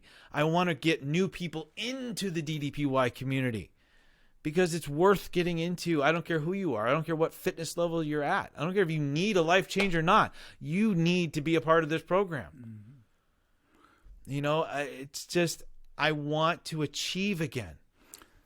I mean, that's powerful to me. How is Patrick Sims the father husband since the transformation? I am a father now. I mean, I look back at what I was, and I was nothing more than like an angry dad. You know, I was always mad. I am a father. I am somebody that my kids look up to. I'm not just dad. I'm the guy that they want to be like now. Like I said, my son bought me that Jedi outfit because he wanted me to do stuff with him. That didn't happen before. Every time I wanted to do something with my kids, like, for example, they liked a toy called Beyblades. They're basically fancy, expensive tops. And I was like, okay, I want to do Beyblades with you guys. They completely fell out of wanting to do Beyblades. And so I said, okay, well, here, you guys can have the ones that I bought for myself. And then all of a sudden, they were back into it again. And I was like, oh, like, my kids don't want to do anything with me. They don't like being with. Now they like being with me. They like hanging out with me. They used to fight over who got to sit in the back seat because the front seat sits next to me. Now they're fighting over who's sitting in the front seat. Who gets to sit next to Daddy when we're watching a movie at home? Who gets to sit next to Daddy when we go to medieval times, which we did a couple weeks ago, or when we go to a movie out somewhere, you know, anything. Who at dinner time, who gets to sit next to Daddy? That's the new argument. And I mean, it's like, again, I get giddy. Like, it's like, that's why I wanted to be a father. I wanted to be a dad because I wanted to have that kind of a relationship. I didn't have that with my father. I wanted to be proud of my dad, but that didn't happen. But now my kids are proud of me. My oldest son does DDPY because he wants to be more like me. My son wears a lot of my hand-me-downs that I don't fit into anymore because they were mine. Not necessarily because he likes the shirt. You know, he might not get why I like Cobra Kai, but he'll wear it because it was mine. Yeah. And that's really cool. And as a husband, I don't know if I've apologized enough to my wife for the husband that she had to put up with for so long. And I try to let her know that, you know, because of her, I am who I am. And she tells me, she's like, you're a different person today. And it's hard for her to deal with. Let's just in truth, whether your changes are positive or negative, if you're a different person than who you married, it's a shock. Mm-hmm. All right. And it's a tough adjustment. So she's looking at me and she's saying, yes, every change you've made is positive and it's great and it's fantastic. It's still weird because that's not the person that I was in love with a year ago. You know, through all the shit that I put her through all of it, through all the negativity that I had, through all the depression and all the terrible things that I was going on in my head that I know I was making life miserable for people. And for her to still love me through all that and still say, you're the one I want to spend the rest of my life with. It's amazing. And the least I can do is to keep being a better husband for somebody like that.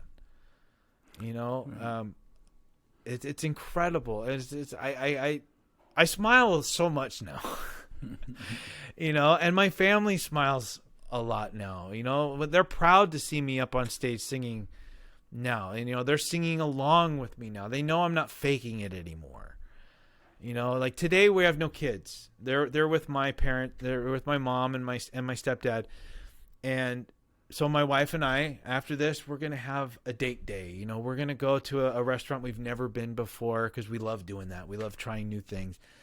You know, but then at the end of the day, we're going to come home and we're just going to probably snuggle on the couch and watch a horror movie because we're crazy like that, you know. And those are those are things I cherish. And then tomorrow I'll see my kids again, and my youngest son is gonna have his first communion pretty soon, and so tomorrow he wanted me to be the one to take him to his elder interview because he's already done the classes and he did his little paper.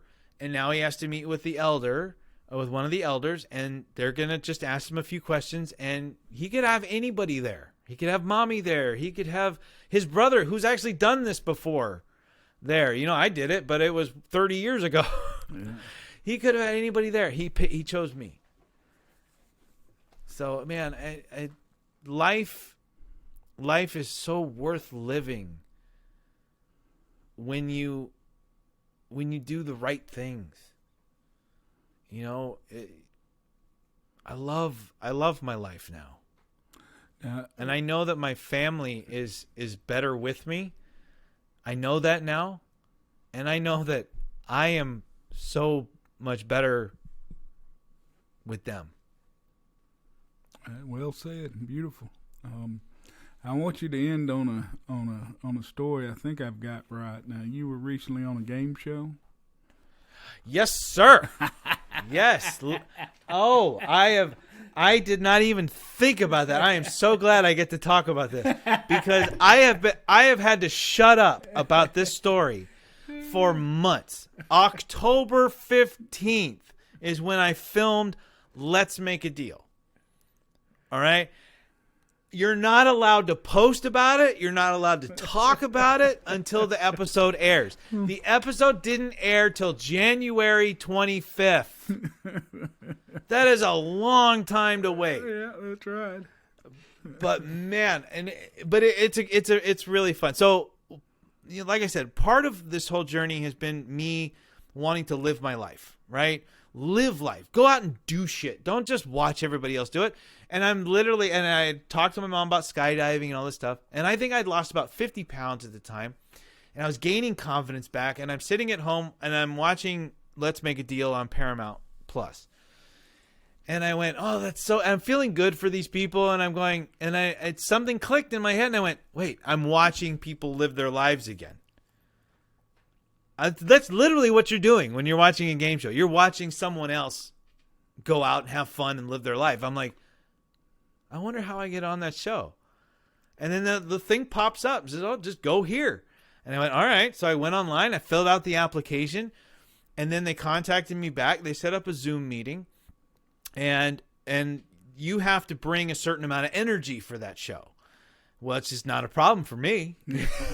I'm full of energy. Yeah. And so they interviewed me. They liked me.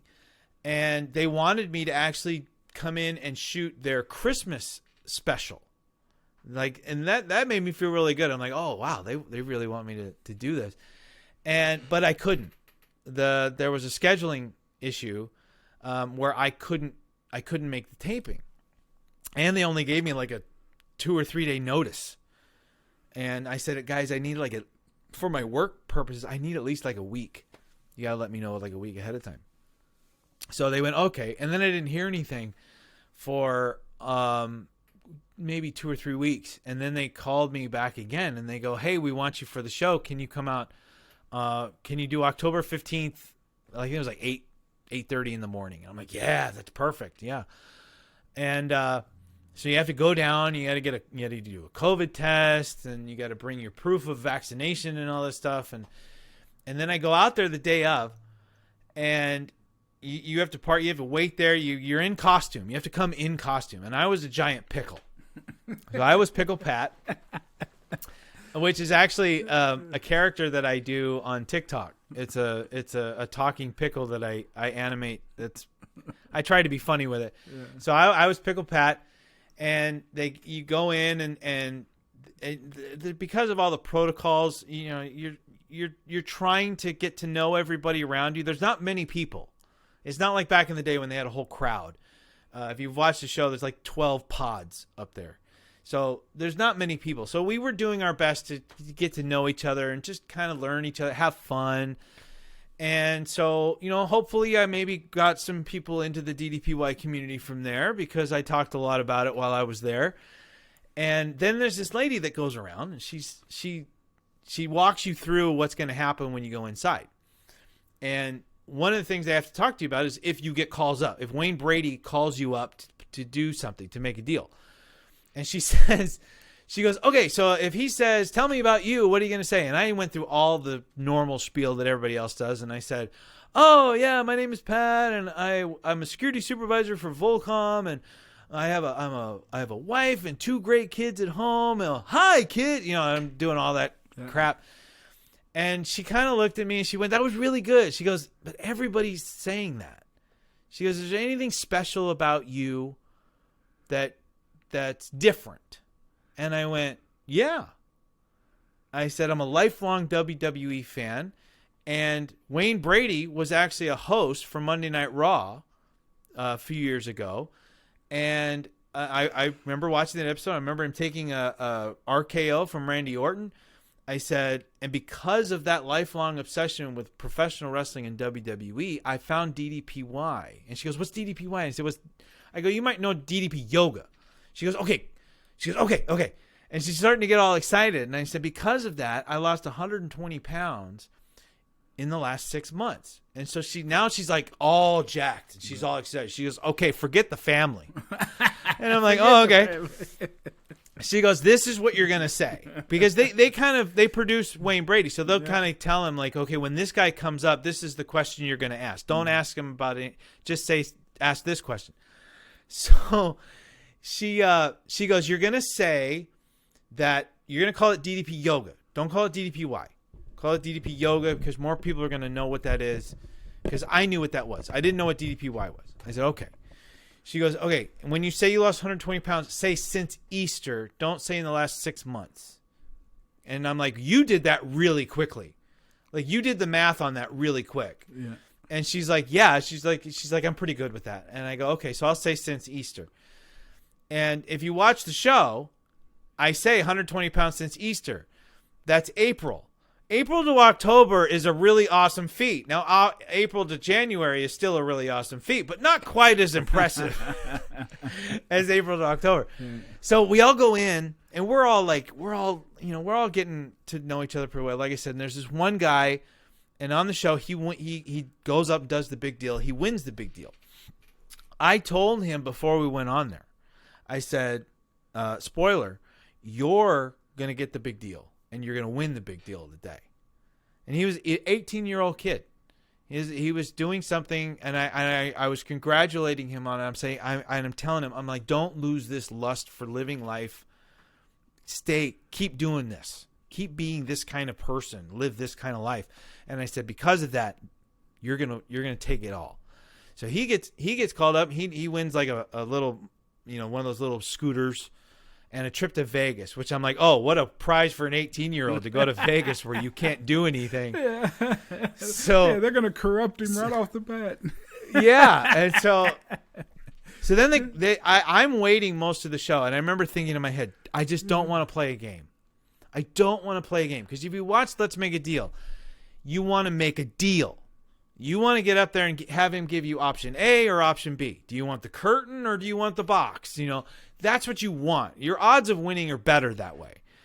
So I'm saying, please don't let me play a game. Everybody loses when they play a game. And I see them roll out this big match game board. And I'm like, oh, God, please don't let this be my thing because I'm terrible at this. And all of a sudden, but you have to pretend like everything's great. So when they come back from the commercial break, which they pretend there's a commercial break, and he says, all right, who wants to play? And I'm like, yeah. And so he calls on me and he goes, all right, Pickle Pat. And I'm like, in my head, I'm going, son of a bitch. But I'm really, I'm jumping and hooting and hollering. Yeah. And then they turn the board around. And on the back of the board, you get to see what all the prizes are and where all the zonks are. And you have I forget how much time you have. To me, it felt like 2 seconds. But I think it's like 30 seconds. I don't know. It's a lot longer than it feels. But so I remember 2 corners. And one corner was a $1,500 and the other corner was $1,500. And then I'm looking at other stuff, and then the board starts to turn back around, and I'm like, God damn it. All I could remember were the two corners. Like, this is how terrible I am. And then you have to remember that it's switched. It's opposite. So if you saw it up on this corner as it was one way, when they turn it around, it's in the opposite corner. So, but I remembered. I got those two corners, and now my mind is completely blank. I have no freaking clue what to do. So now I'm like, okay, I'm going to go with my anniversary. So I picked 12. And then I'm going to go with this number. And I end up, like, by a fluke, getting another $500.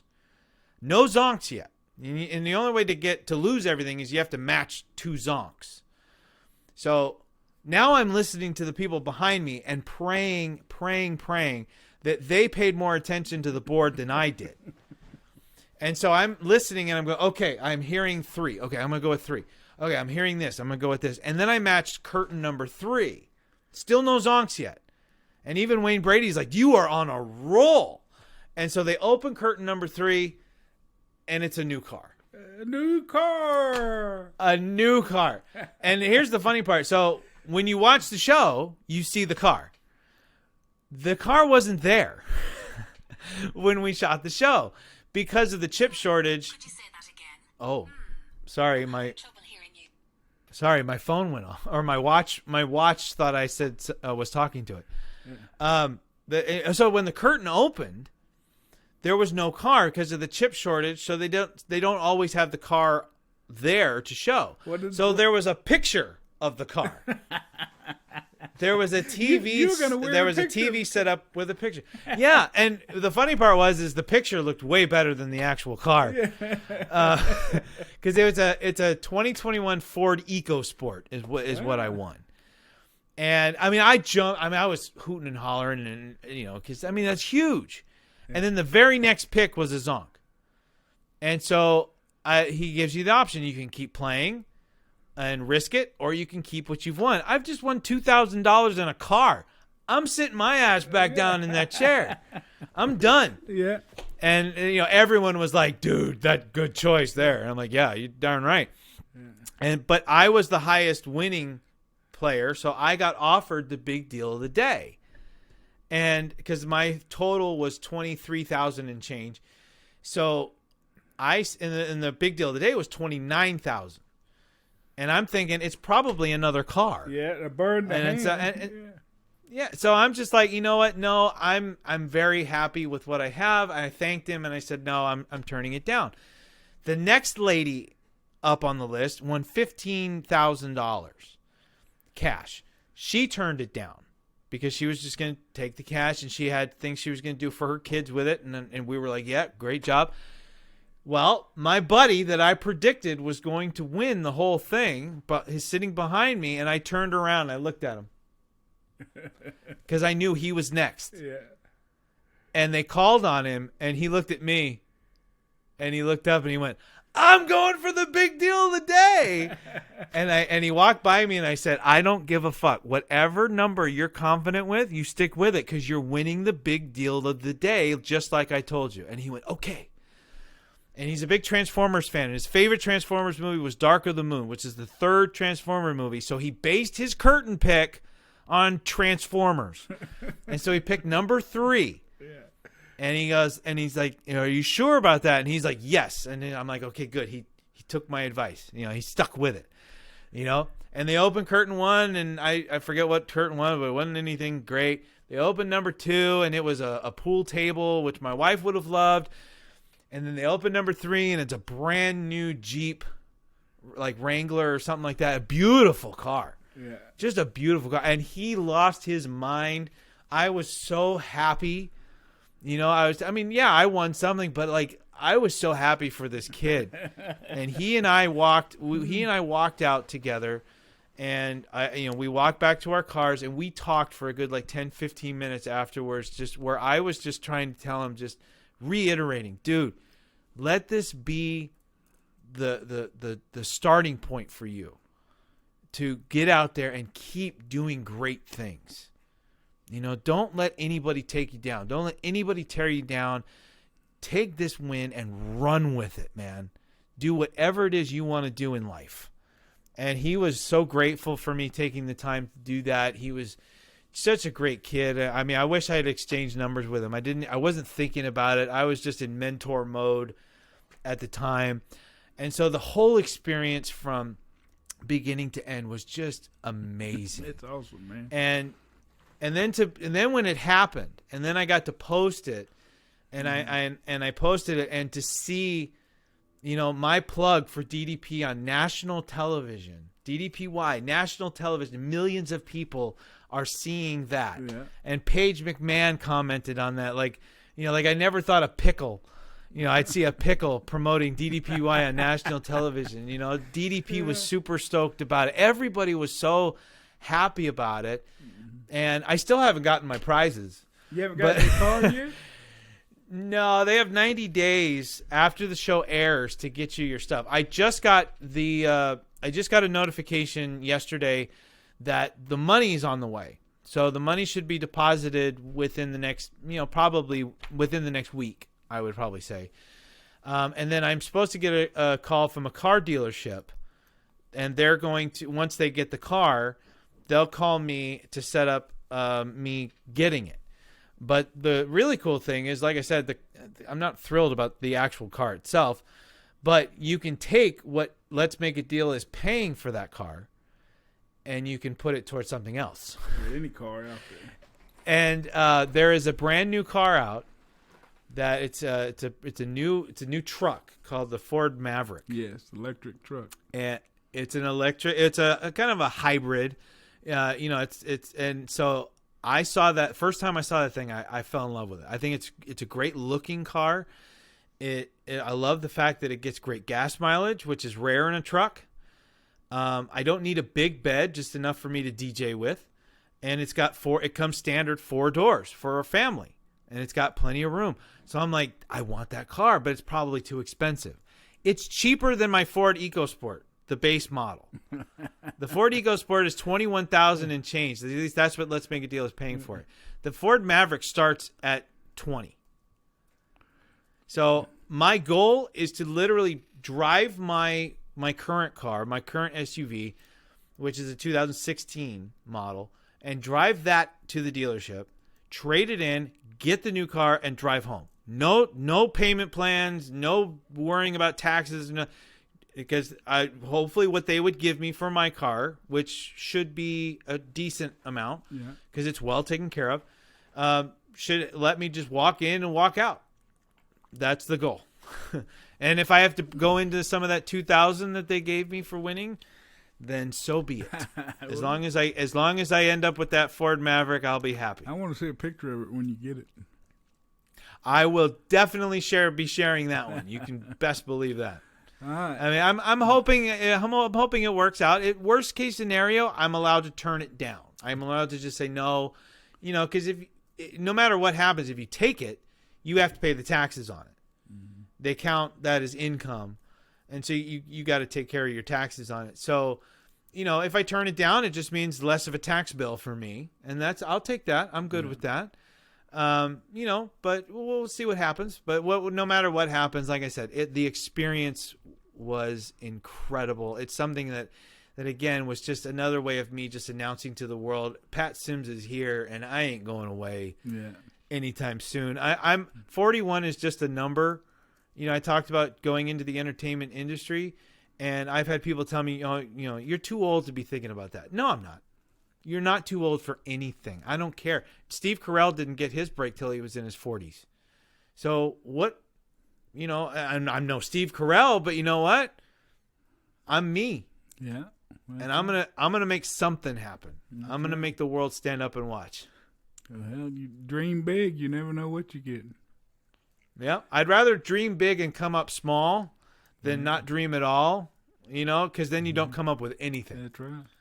Well, hey, a couple of questions before we get you to date night. Yes, sir. Advice to people just starting their journey. Give it time.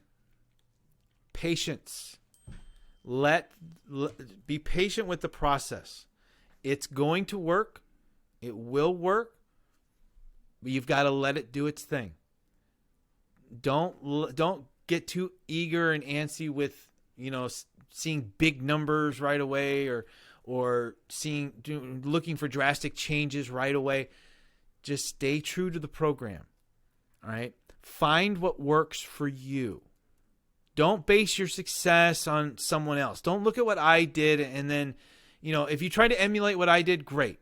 And it works for you, great. If what I did doesn't work for you, learn from that. It's called a journey for a reason. Journeys aren't simple little processes. Journeys take time and effort.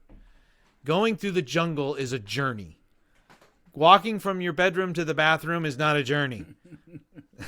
That's a trip. Yeah, Trips aren't hard. Journeys are difficult. All right. And remember that this is long term. If you're in this to win a challenge and that's it, get the fuck out. That is not what this is for.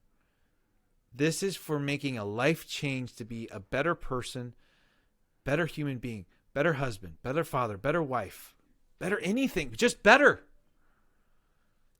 So give into the process. Let it do its thing. You will improve.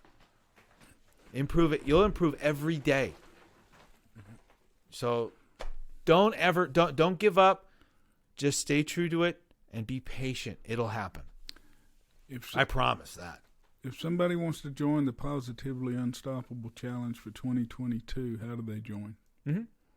They would go to positivelyunstoppable.com. And if you go to positivelyunstoppable.com, not only can you join the challenge from there, and they'll give you the link so that you can also join the Facebook group.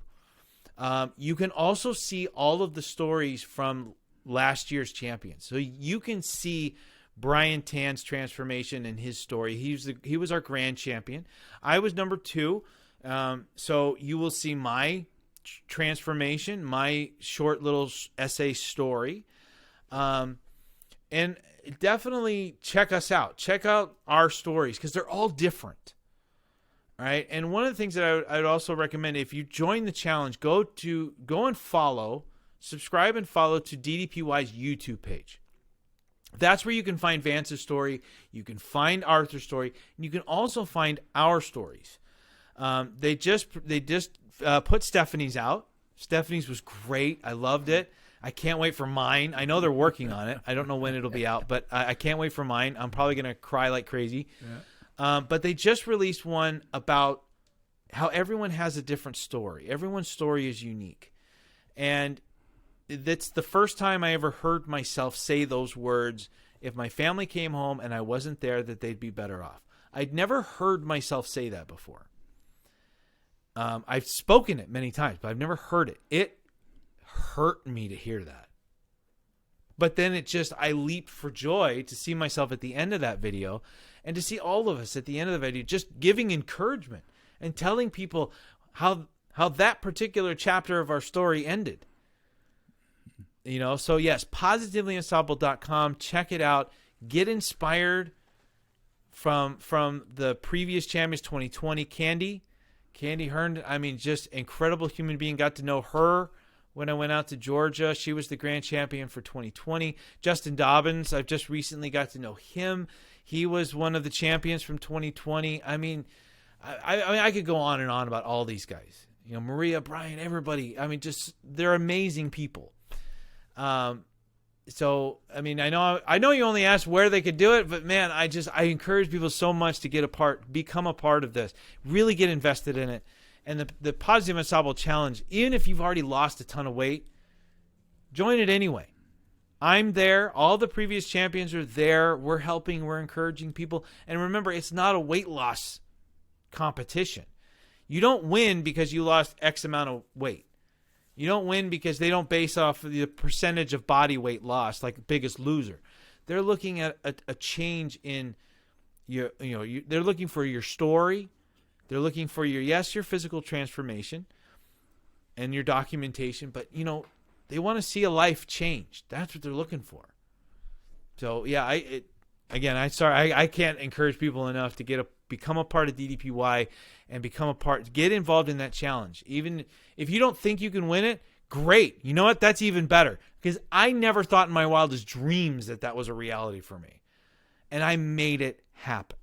You know, it just Because dawned I on put me. the work in. It just dawned on me who mannerisms I think that you kind of favor is George Carlin. Oh, yeah. George Carlin.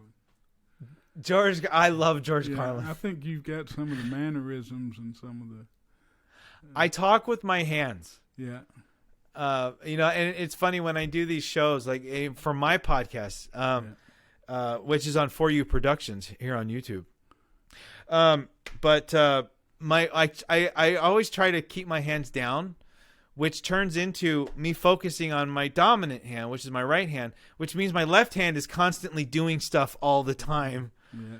And because I talk, I'm very physical when I talk. I'm very expressive. And again, I think that's part of, being, part of the worship team and stuff. You're very expressive and growing up in that kind of environment. And then, being an entertainer, you're trying to connect with people. And I think there's no better way of showing that you're passionate about what you're talking about than physically showing it. If I was just to sit here the whole time like this, I could probably say some interesting things, but I don't know if I could hold your attention for quite as long. But if I'm up like this and I'm talking and I'm animated and I'm showing you how excited I am to talk about it, you might be more willing to give me a listen to, All right. If someone wants to follow your rise to stardom, where would they follow you? Well, you can, on social media wise, we have, the number 4 letter U entertain is my handle for Twitter and Instagram. So you can find me there at 4U entertain. My Facebook isn't private. You can find me on Facebook. Just look for the picture of me going like this.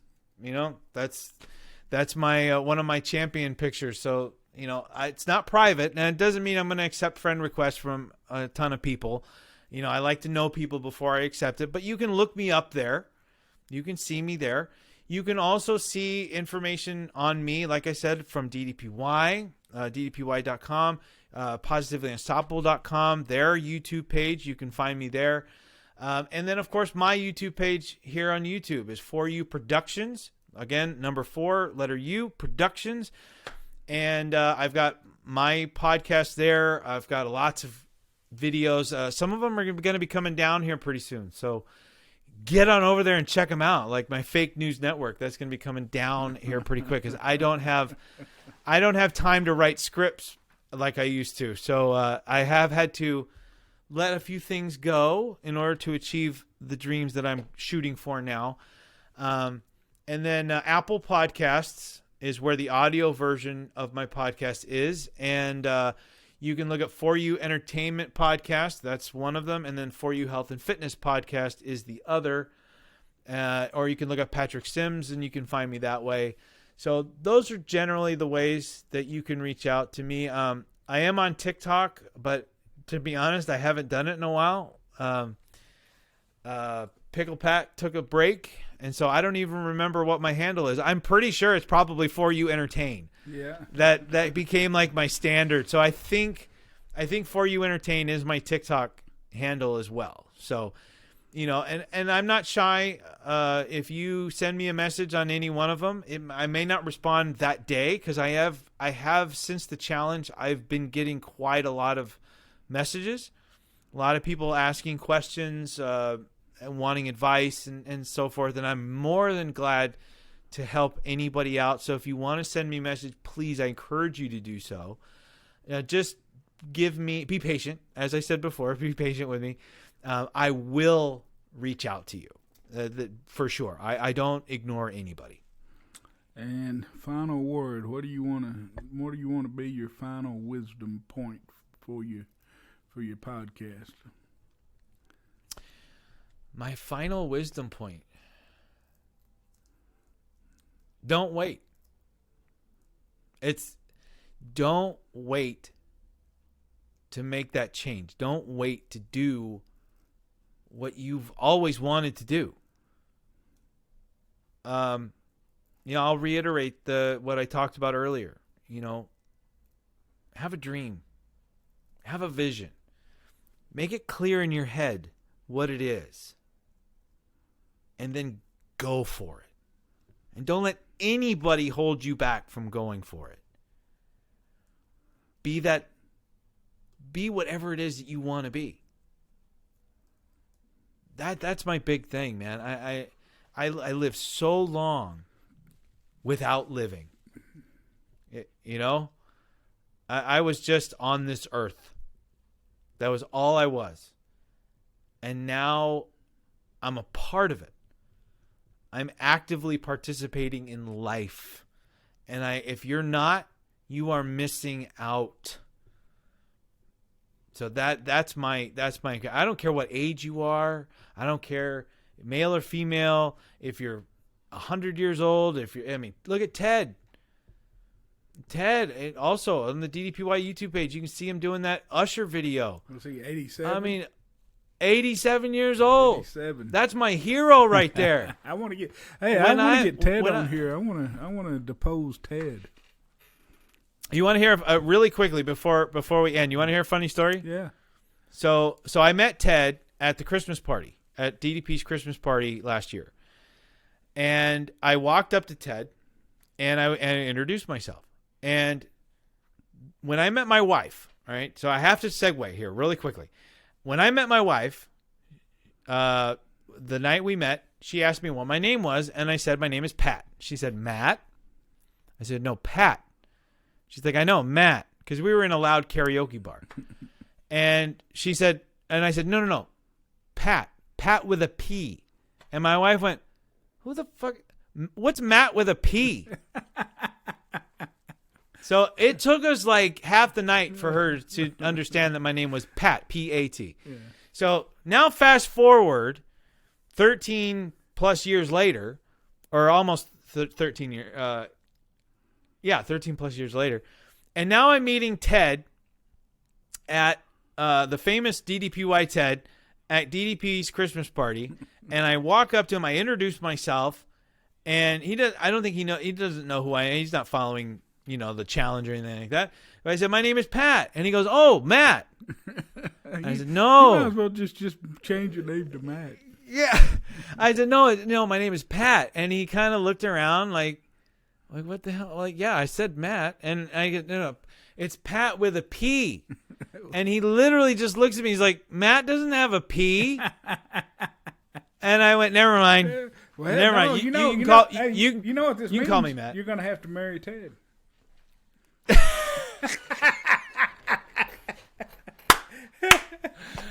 I'll have to tell my wife, sorry, honey, but I found the love of my life right. elsewhere. You got a new one. You went to the same line, He's 87. Right. Yeah, that's my Ted story. All right, man. Well, get out of here before your wife gets mad. Go to your date night with no kids and have fun. Yeah. And thank you for doing this. I really appreciate you doing this. A great interview. Sorry I took up so much of your time, but oh no, hey, I had fun. I loved it. I really enjoy getting to know people and talking. That's the beauty of the medium is there ain't no rules, So yeah. But yeah, I loved meeting you in Georgia, and I was always hoping to get more of an opportunity to talk with you. So that's why I reached out to you, and I appreciate you having me on. It's been a blast. Yeah, I love it. Thank you, and good luck on your road to stardom, man. Keep us little folks. Make sure you keep us. Don't lose a relationship with the little folks. Oh. Absolutely not. I remember rule number 2: stay humble. That's right. All right, Patrick. All right. Hey, don't hang up when I stop the record because I got to tell. No problem. I got to tell you, yours is fine, but I'm going to hit stop record. Thank you for listening to the podcast today. I'm your host, Vance Hines of Transform with Vance, where transformations begin every day. Please take a moment, if you will, if you like the podcast, to subscribe and follow, and you can find us on social media as well, either under Vance Hines or Transform with Vance. Please tune in and subscribe to our feed. You'll be able to hear lots of transformation stories. I'm in search of interviewing as many transformations as I can find. So if you have a transformation that you would like to have someone interview and have and appear on the podcast, just send me the name and number, message me, and I'll reach out to them and try to get them here. But no matter what, a better life begins on the mat. Get on the mat and start your transformation today. Thank you.